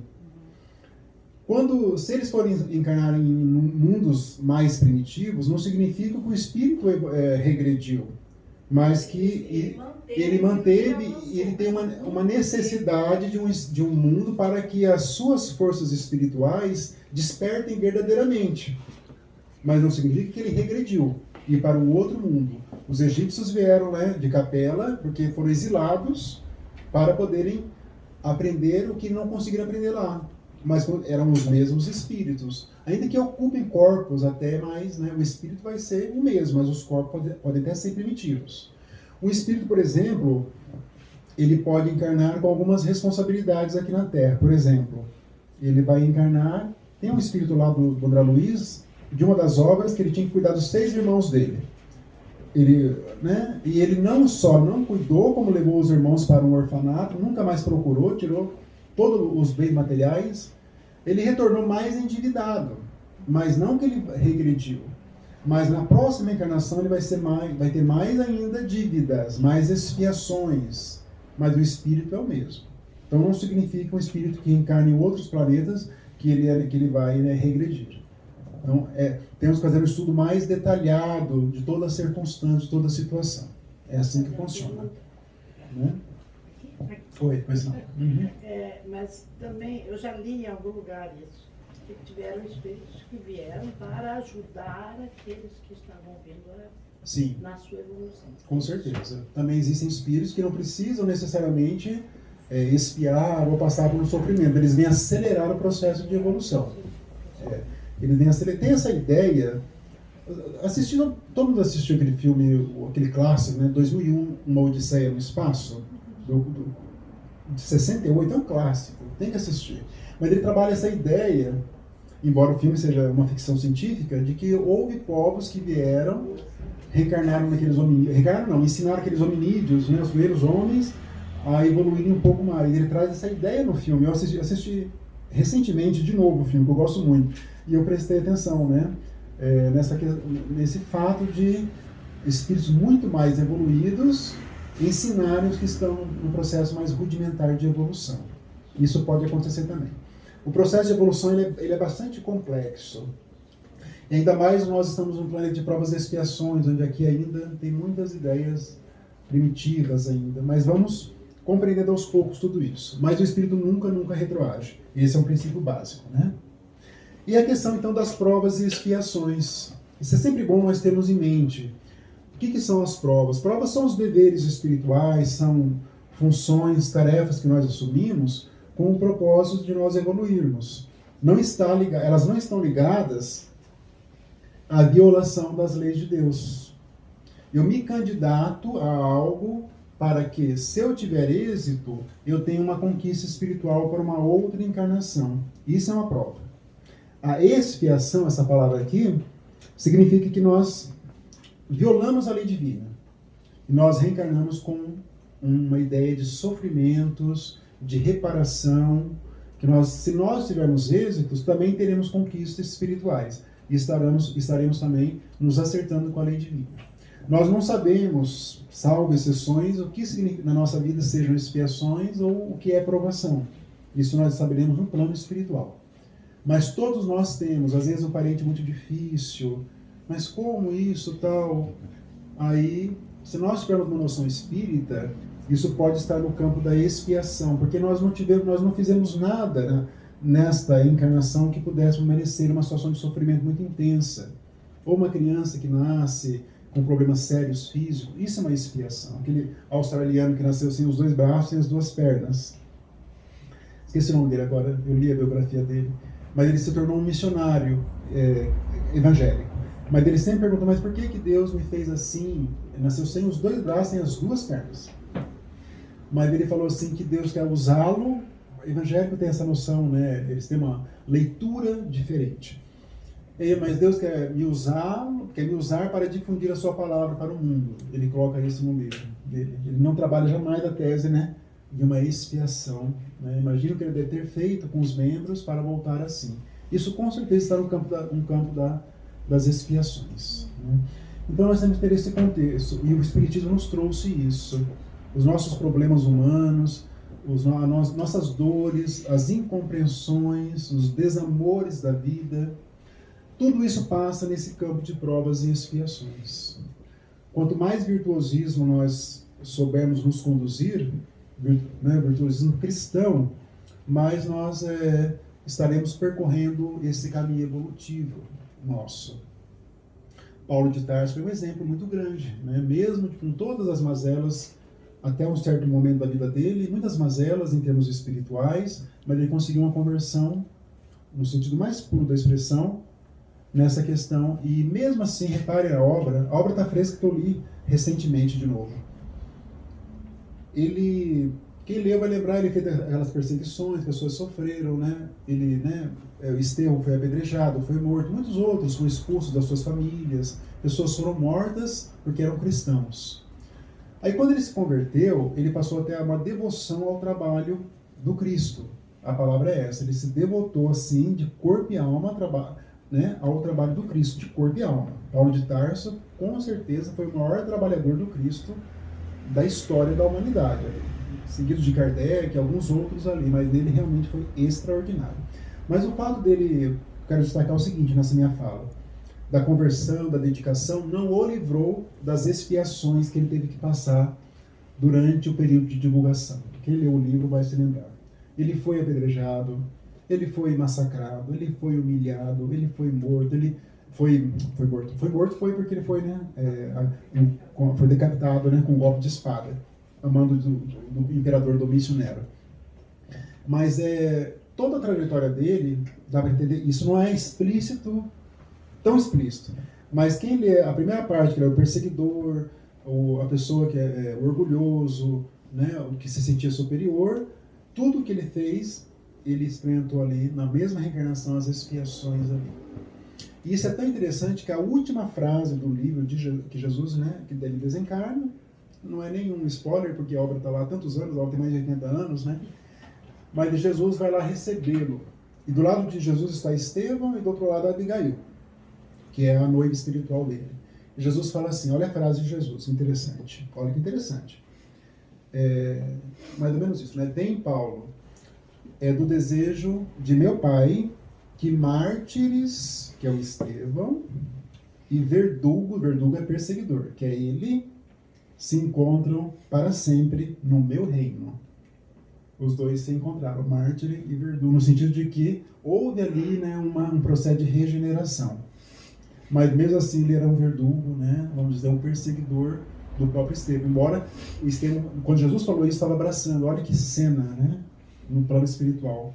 Estevão eu considero também um dos mais, assim, espíritos evoluídos que passaram pela Terra. Então ele abraçou Paulo, quem o matou há alguns anos antes, os dois se abraçaram. E Jesus olhando a cena. É muito interessante esse fato, é muito assim, enigmático, muito significativo. Porque ali, o primeiro perseguidor abraçando o primeiro mártir do cristianismo, que foi Estevão. Então, essa é a noção pura do Evangelho de Jesus. É o perdão, né? E dentro de um processo de expiação. Todos que violam a lei divina, todos, passarão por um processo de expiação. Isso está escrito no Evangelho segundo o Espiritismo. Todos nós passaremos. Isso é amenizado de acordo com o nosso comportamento, de acordo com a nossa inclinação para o bem, com a nossa devoção ao nosso processo evolutivo. Isso vai amenizando, mas é inevitável. Violou a lei divina, nós estamos sujeitos, então, a tudo isso, né? Prosseguindo, então, aqui, o horário que vai passando rápido, né? Temos algumas coisas ainda. Os pontos principais. O progresso depende dos esforços dirigidos à perfeição. Isso está também, os Espíritos ensinam. Então, eles ensinaram que existe a perfeição, que existe a lei de progresso, que é a lei de evolução. Progresso e evolução é uma coisa só. Mas o que nós fazemos para que nós consigamos a perfeição? Esforços. Isso aqui são os Espíritos que dizem. Esforços para praticar o bem, esforços para introduzir pensamentos bons, mudarmos a nossa estrutura mental de pensamentos, sermos pessoas verdadeiramente boas, proativas na sociedade, estudiosas. É sempre inserido, nós temos que nos inserir dentro de uma trajetória do bem. Aí que estão os nossos esforços. Vamos ver todos os personagens do Espírito Emmanuel nos romances, esses personagens inclinados para o bem. Ele coloca lá também na introdução do livro Renúncia, sobre Alcione, que também ela reencarna em favor de um espírito, onde ela não tem mais necessidade evolutiva, nem de expiação e nem de provação. Mas ele diz assim, Alcione sempre foi inclinada para o bem, e a maior felicidade dela era o compromisso com a verdade. Um espírito altamente evangelizado, no sentido mais puro da expressão. Então, quanto mais nós detalharmos essa questão de esforços, mais nós vamos alcançando a perfeição. E é o que todos nós queremos. Todos nós queremos ser felizes, todos nós. Mas o conceito de felicidade espiritual, às vezes, é diferente daquilo que nós entendemos como felicidade. Porque a felicidade espiritual é aquilo que Paulo de Tarso sentiu quando ele estava sendo lá... Ele foi amarrado para ser lapidado, né, apedrejado, mas ele não foi morto por razão disso. Mas ele sentiu uma paz, porque ele falou que ele sempre via os cristãos sentindo uma paz dentro, nos olhos. Estevão foi lapidado, e mesmo assim ele foi com um sentimento de paz nos olhos. Ele achava estranho aquilo.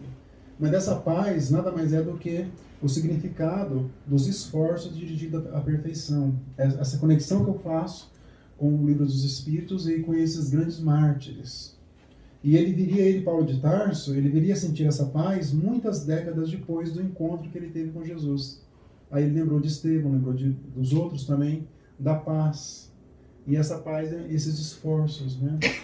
A vida de Estevão é um exemplo disso.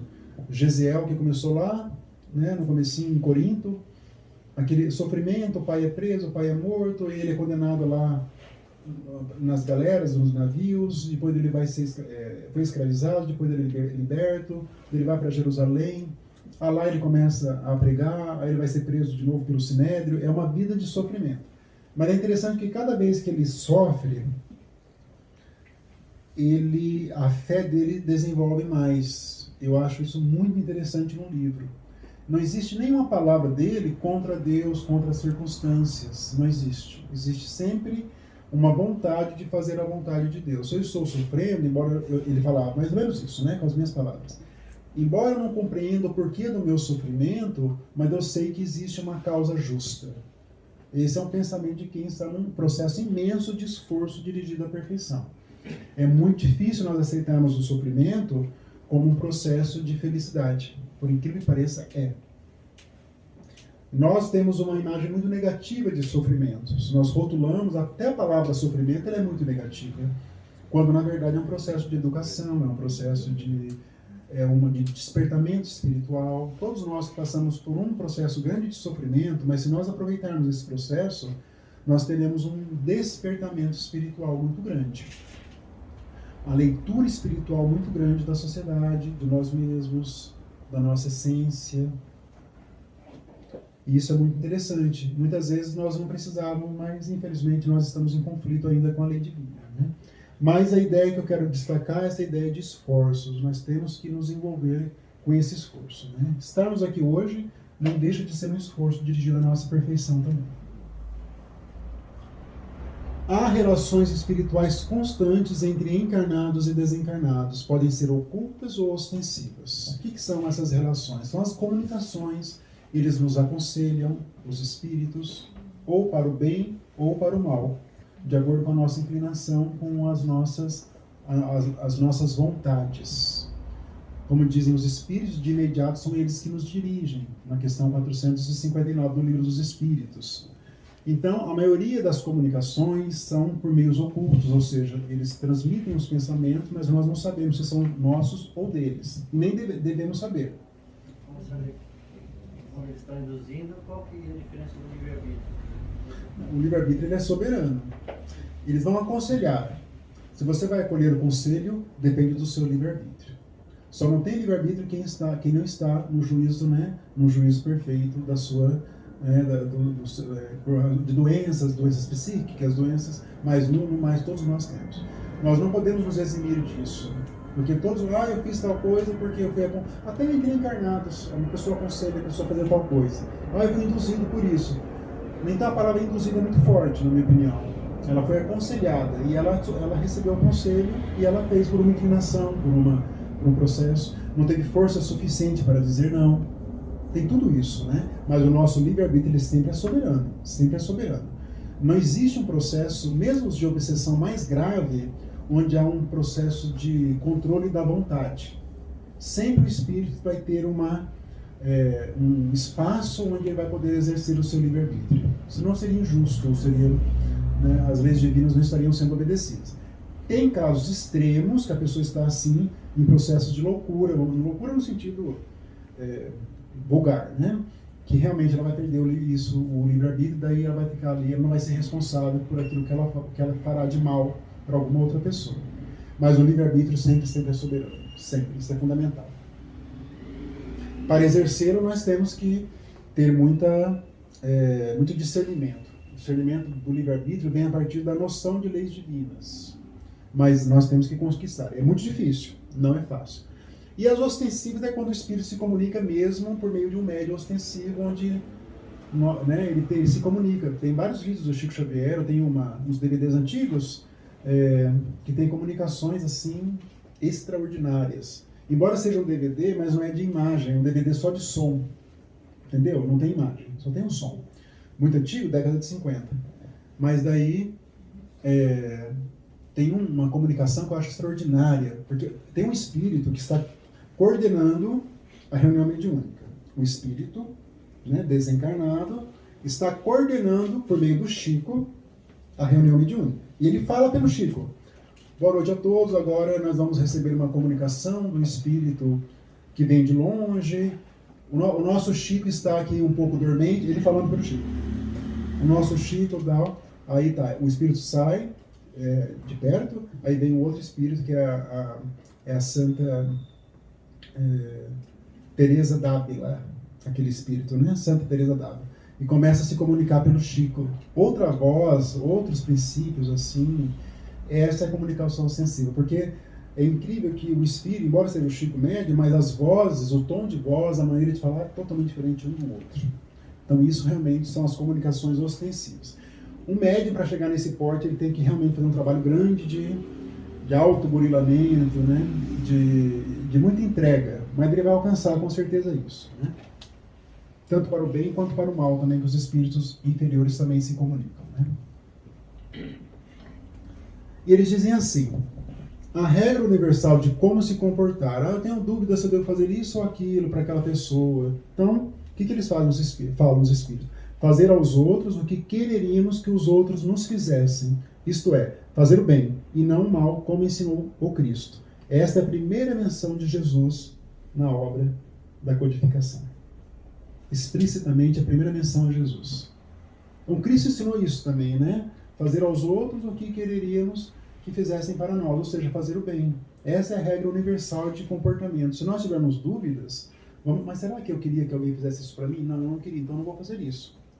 Essa é a regra. Então nós temos que ter esforço nesse sentido. Alguém está falando alguma coisa, uma maledicência, falando mal de alguém. Nós temos que interromper. Nós espíritas não vamos entrar na conversa e falar mal da pessoa também, ou falar algo inconveniente. Nós temos que interromper a conversa ou mudar de assunto, por exemplo. Porque eu não queria que alguém falasse assim de mim numa outra roda de conversa. Então nós espíritas temos que ter essa noção. Sem ofender, sem nos passarmos por pessoas benevolentes, evangelizadas. Não é isso. Nós estamos dentro de uma linha de esforço. É um exemplo. Né? E o Cristo ensinou muito bem isso, como eles dizem aqui. Prosseguindo, então, ainda nessas noções, nesses pontos, aquilo que nós já sabemos e começam, então, aqui a trazer essa noção para nós mais detalhada. O egoísmo, o orgulho e a sensualidade prendem-nos à vida material. Consequentemente, nos trazem infelicidade, consequentemente, nos afastam do progresso espiritual, nos desconectam da nossa realidade espiritual, segundo os Espíritos. Então, esses três, entre muitos outros defeitos,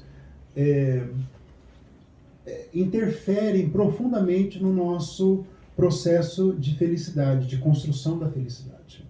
Então, nós temos que eliminar o orgulho da nossa vida, né? A sensualidade, o egoísmo, entendeu? Sensualidade não é sexualidade. Sexualidade, ela é da natureza humana, espiritual, e quando bem exercida, traz felicidade, traz vários benefícios para o espírito, inclusive. Sensualidade é algo voltado muito para os prazeres efêmeros, muito mais para o lado carnal do que para o lado espiritual. Sexualidade tem a ver com espírito. Sensualidade tem a ver mais com a matéria, com o corpo físico. São duas concepções diferentes. Então eles dizem isso, né? Temos que trabalhar muito bem isso dentro de nós, principalmente a questão do orgulho. Temos ainda muito isso, inclusive no nosso movimento espírita. E é aquilo que todos nós já sabemos, né?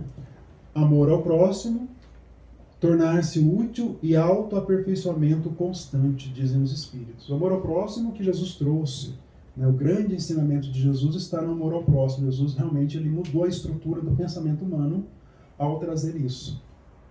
Até a mensagem que eu publiquei hoje lá no Para Iluminar-se é lá de Paulo Estevam, que fala que Moisés trouxe a lei da justiça, Jesus trouxe a lei do amor.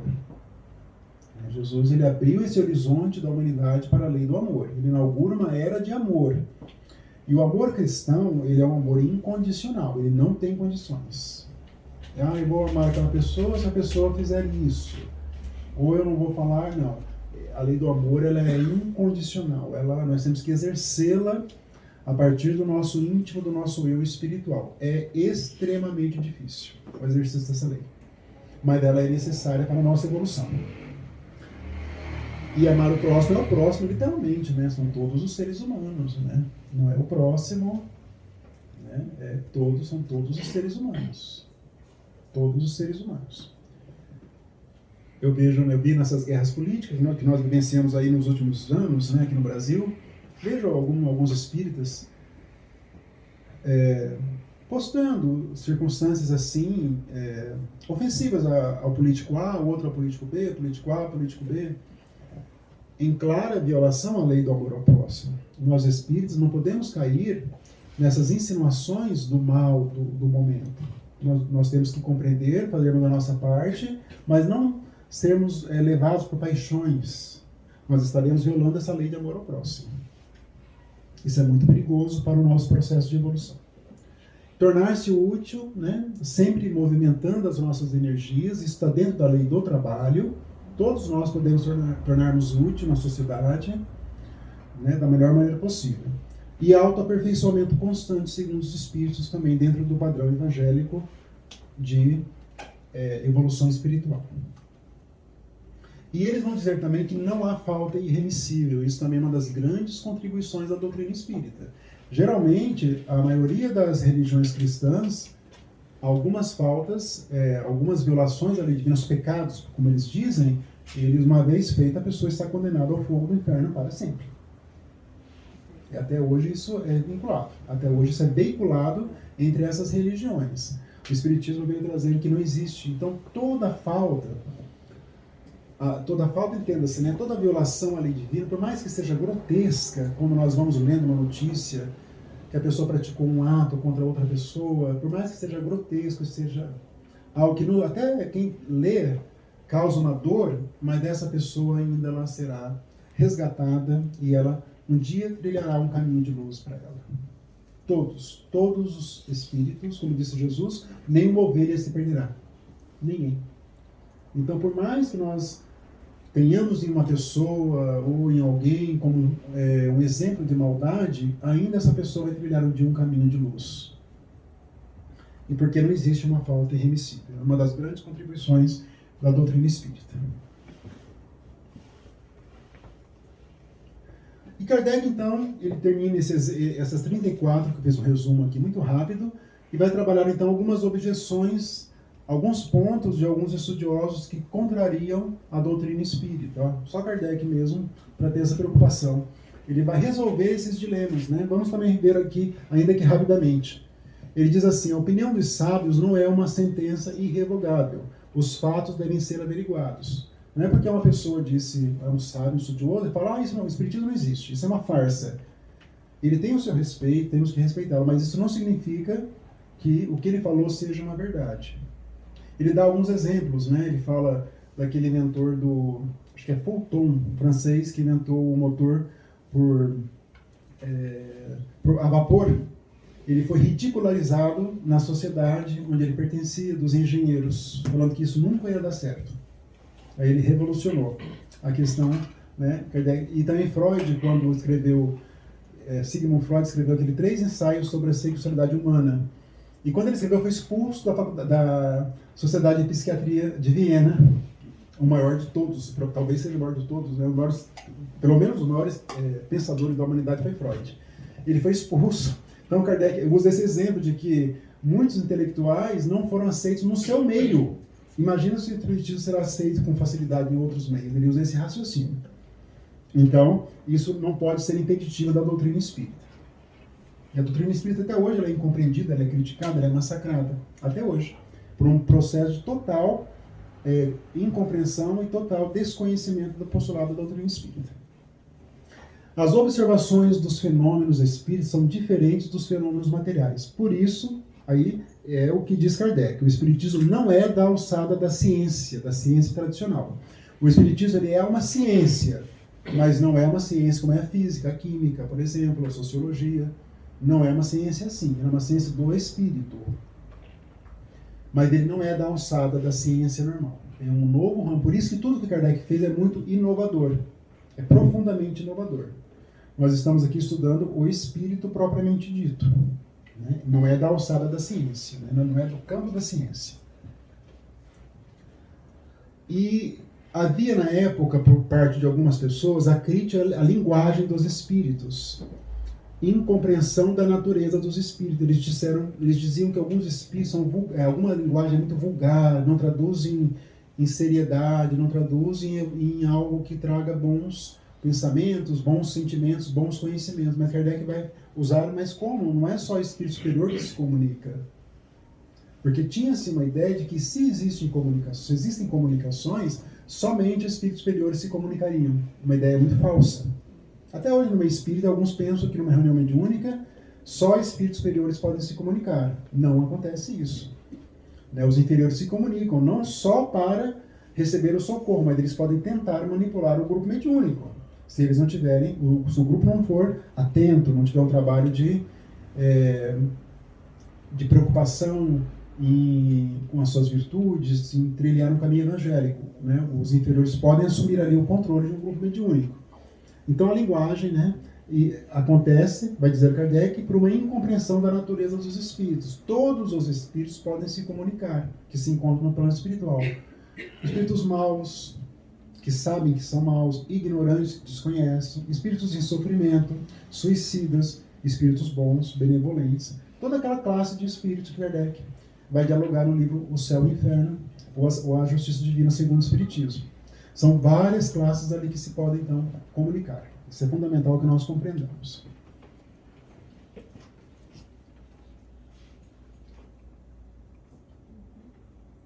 Ainda como objeção, Existem comunicações, mas elas procedem alguns falavam isso, tá? Algumas pessoas. Não, tudo bem, existem comunicações, tudo bem. Mas elas procedem unicamente do diabo.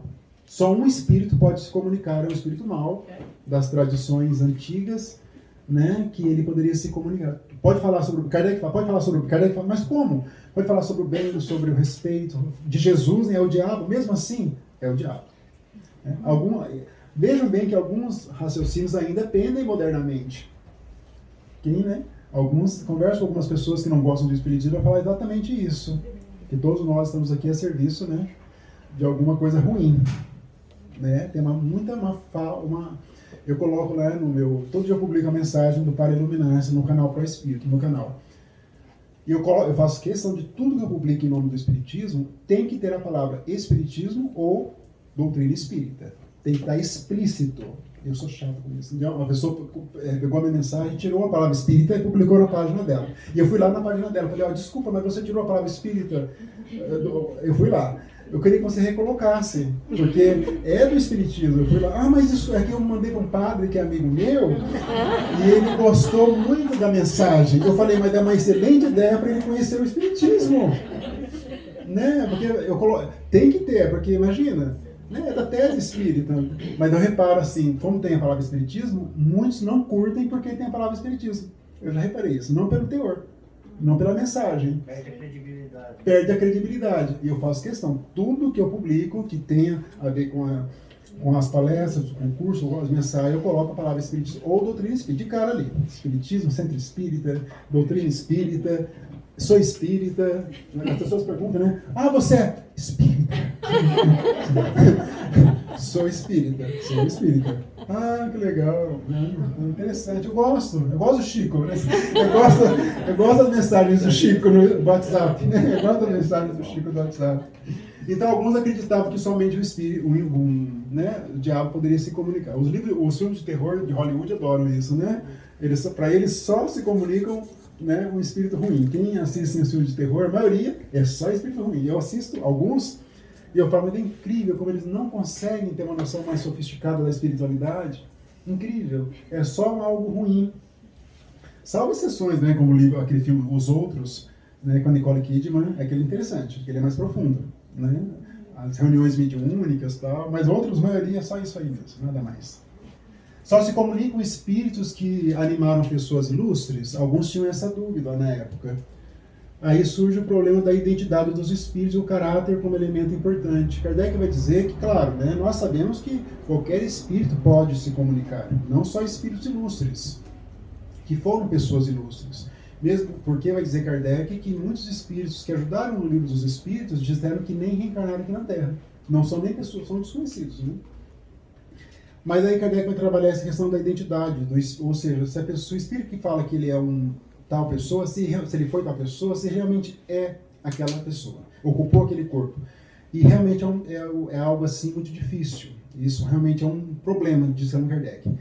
Ele vai concluir assim, que embora seja um problema, não sei se esse espírito é um espírito que se diz ser, mas nós temos que resolver esse assunto de acordo com o teor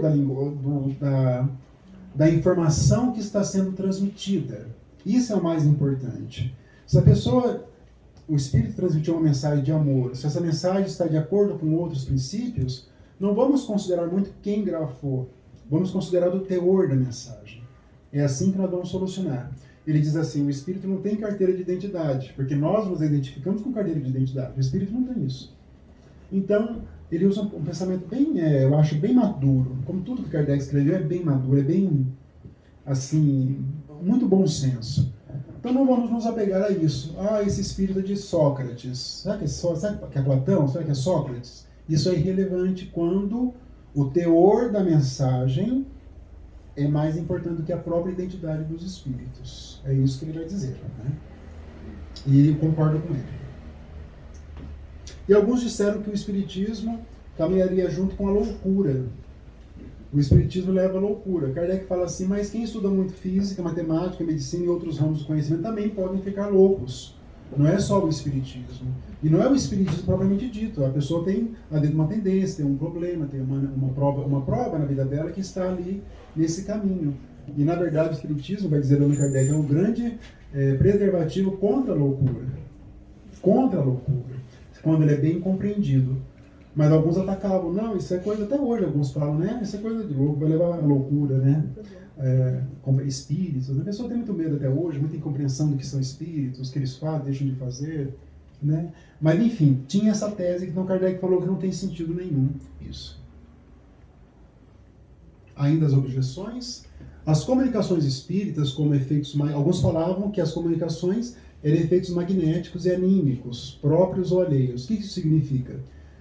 Que existiam, sim, alguns fenômenos na época, essa das mesas, da movimentação de mesas, da psicografia, só que não havia um espírito por trás disso. Era do próprio médium. Isso era do próprio médium, ou de outros médiums. Mas Kardec fala, mas alguns psicografavam várias redações, textos que ficavam muito além da capacidade intelectual, que ele conhecia os médiums. Mas eles falam, não, isso não é desculpa, pode ser que ele capta de outras pessoas o pensamento e coloca isso no papel. E eles eram contra alguns, né, contra a existência de espíritos. Contra o Padre Quevedo, lembram dele? Que ele contrariava sempre o espiritismo, ele tinha pânico da doutrina espírita, né? O trabalho dele era contrariar a doutrina espírita, ele fazia isso o dia todo. E ele falava sobre isso, não, isso aí, aquele sotaque dele espanhol, né, acho que ele era espanhol, né? Isso aí é obra da própria pessoa, isso é do pensamento da pessoa, não tem um espírito por trás. Né? Então Kardec falou que não é bem assim. Né? Isso aí pode até acontecer em reuniões mediúnicas que o espírito do médium se comunica, que nós chamamos de comunicação anímica. A palavra anímica vem de ânima, e ânima significa alma.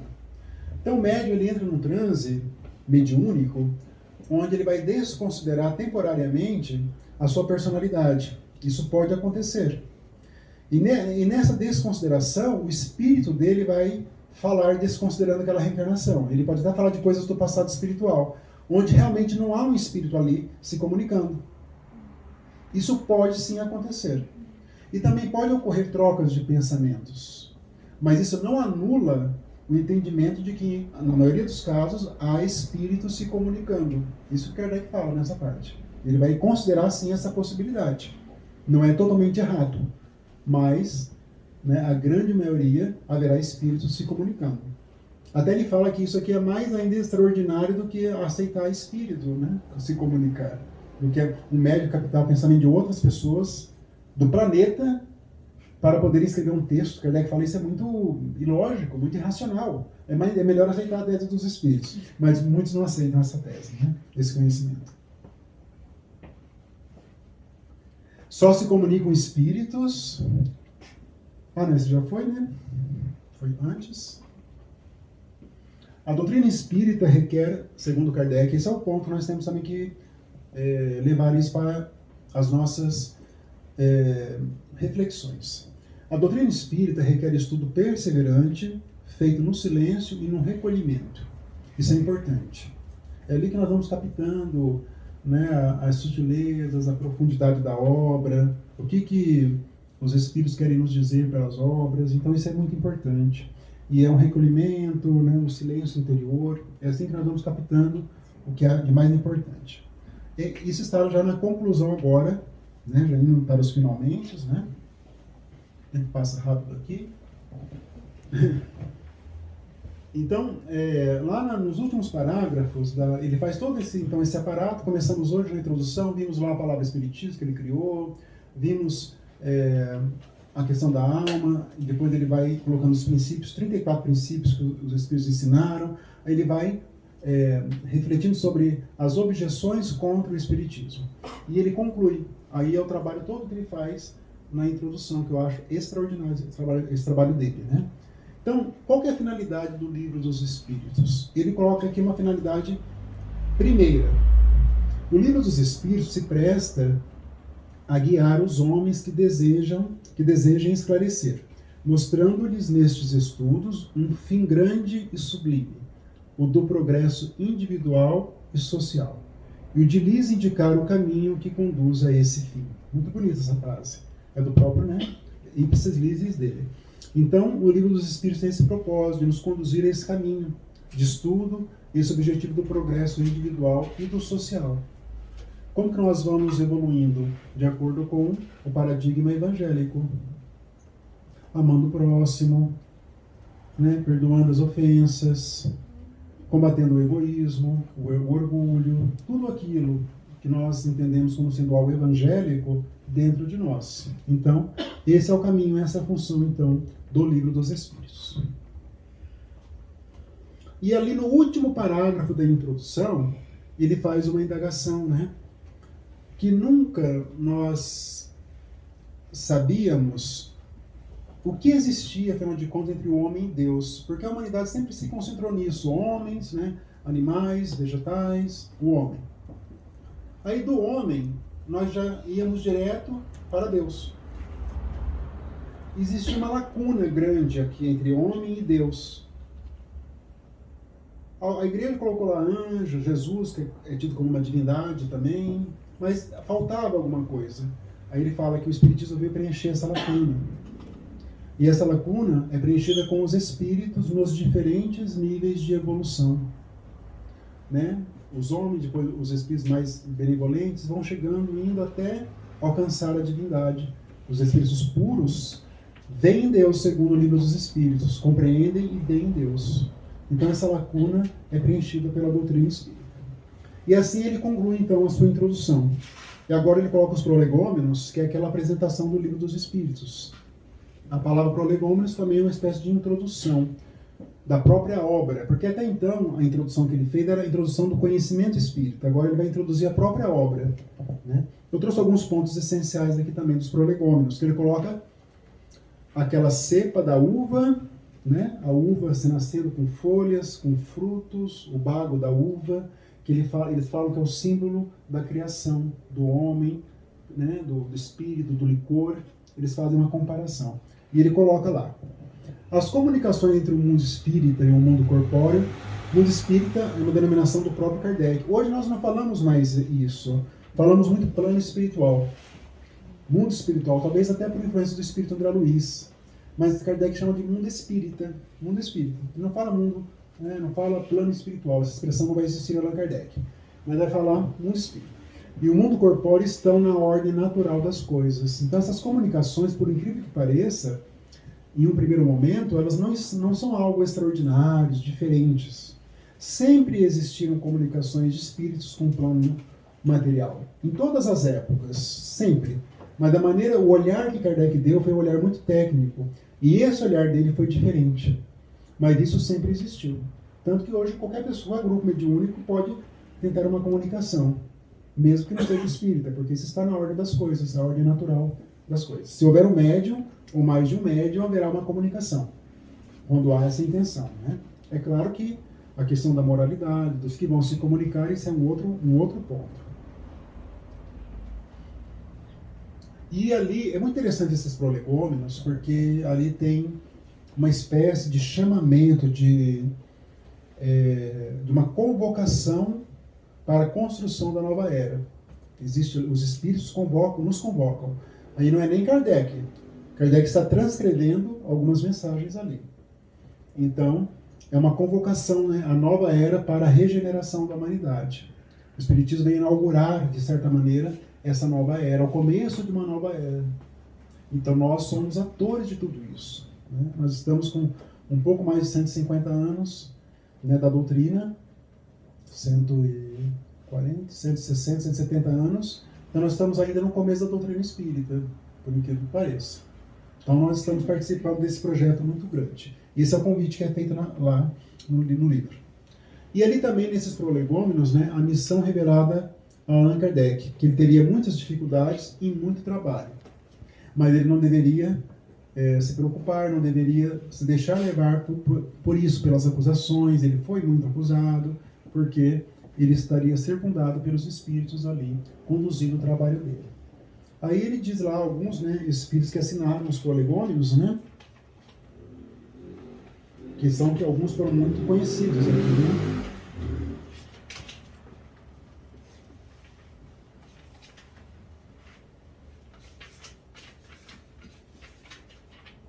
A cepa, né, que é o facsímile que os próprios espíritos desenharam e Kardec coloca aqui na introdução, no prolegômeno, né? Aí quem que assina? São João Evangelista, né? João Evangelista, Santo Agostinho, São Vicente de Paulo, São Luís, o Espírito da Verdade, Sócrates, Platão, Fenelon, Franklin, Swedenborg, etc, etc, etc. São os espíritos que assinaram esses prolegômenos. Então vale muito a pena ler. Então é isso, né? Podemos dar esse primeiro passo no nosso estudo, compreendendo um pouco mais o porquê da doutrina espírita, o trabalho grandioso do codificador, absolutamente grandioso que ele fez. Não é, né, minimamente fácil ele encarar esses fatos que sempre estiveram presentes em toda a trajetória da humanidade, mas com um olhar tão técnico, tão científico. Não tem uma frase de Kardec que viola, que ofenda alguém, não existe nada disso. É sempre o equilíbrio e sempre trazendo a verdade para todos nós, com o auxílio dos Espíritos, né? Então ele inaugura, digamos assim, uma nova era para a humanidade, o Espiritismo, embora ainda seja ignorado pela maioria da humanidade. Não que vá se tornar uma religião, se tornar conhecida ou praticada por todos. Eles vão dizer isso, os espíritos. Não é isso. Mas o espiritismo ele é um movimento que vai contribuir com a regeneração da humanidade. Ela tem que ser regenerada. A lei de amor, ela tem que imperar. Porque hoje ainda existem muitos sofrimentos, muitos problemas na humanidade, conflitos. Isso uma hora vai ter que desaparecer. A humanidade tem que abrir os olhos para algo melhor. Os conflitos devem desaparecer. E o Espiritismo faz parte desse movimento, né? Embora ele seja esse movimento de transformação é bastante complexo. Não temos ainda muitos detalhes, mas nós estamos nesse caminho, né? Nesse caminho. Deixa eu ver o horário. Alguém tem alguma pergunta? Ainda temos 3 minutos. Temos que ser pontuais. Já sabem tudo? Da introdução, pelo menos, do trabalho de Kardec, da mediunidade. O livro dos Espíritos ele é muito técnico, é um livro difícil de compreender, ele não é um livro fácil. É como a própria Bíblia. Vai pegar a Bíblia para ler, as pessoas lendo simples, né? Tem uma tia muito simples, ela pega como católica, ela não compreende, porque é complexo. Depende de vários fatores para a compreensão de tudo isso, né? Tem que ter uma chave para compreender tudo isso, né? O Espiritismo é a chave que, inclusive, faz com que nós compreendamos o Evangelho. Você está lá no Evangelho segundo o Espiritismo. Faltava uma chave para organizar o Evangelho de Jesus. Essa chave é o próprio Espiritismo. Então ele vai abrir essa chave. A grande conexão que vai ser feita com o Evangelho é no Evangelho segundo o Espiritismo. Embora Jesus já foi mencionado logo no início. E é mencionado durante todo o livro. Ali na introdução também tem outras menções. Eu só não disse isso hoje. Tem outras menções a Jesus. Então, o Espiritismo recoloca Jesus assim como no centro mesmo das atenções mundiais. Né? Nesse processo, o Evangelho é apresentado como esse processo de mudança, não é mais uma religião simples. É um processo de mudança e todos nós temos que percorrer isso. Então é isso. Né? Já estamos aqui no nosso tempo, né? Temos que ser pontuais. Espero que vocês retornem no próximo encontro, porque o conhecimento é uma maratona, não é uma corrida de 100 metros, conhecimento espírita, né? Então nós começamos a maratona, são 42 quilômetros para nós percorrermos aqui correndo, né? Algumas horas aí. Então é isso, né? Faça a prece final então. Então vamos novamente elevar os nossos pensamentos a Deus, agradecendo o Pai estarmos aqui, por termos recebido as luzes do conhecimento espírita, que possamos nos iluminar com esse conhecimento, percorrendo esse caminho que nós chamamos de vida, que nós possamos desenvolver a capacidade de amar, de perdoar cada vez mais e nos integrarmos definitivamente ao Evangelho de Jesus. Agradecemos ao Mestre, a todos os ensinamentos que tem nos conduzido nesses 2000 anos, que possamos refletir em nossos comportamentos diários todos esses ensinamentos. E agradecemos por fim aos espíritos amigos que conduziram os trabalhos, que nos pacificaram, que estiveram conosco e que prossigam assim no próximo encontro. Seja conosco, Pai, hoje e sempre, assim seja. Obrigada, Marcelo. Obrigado, Marcinho.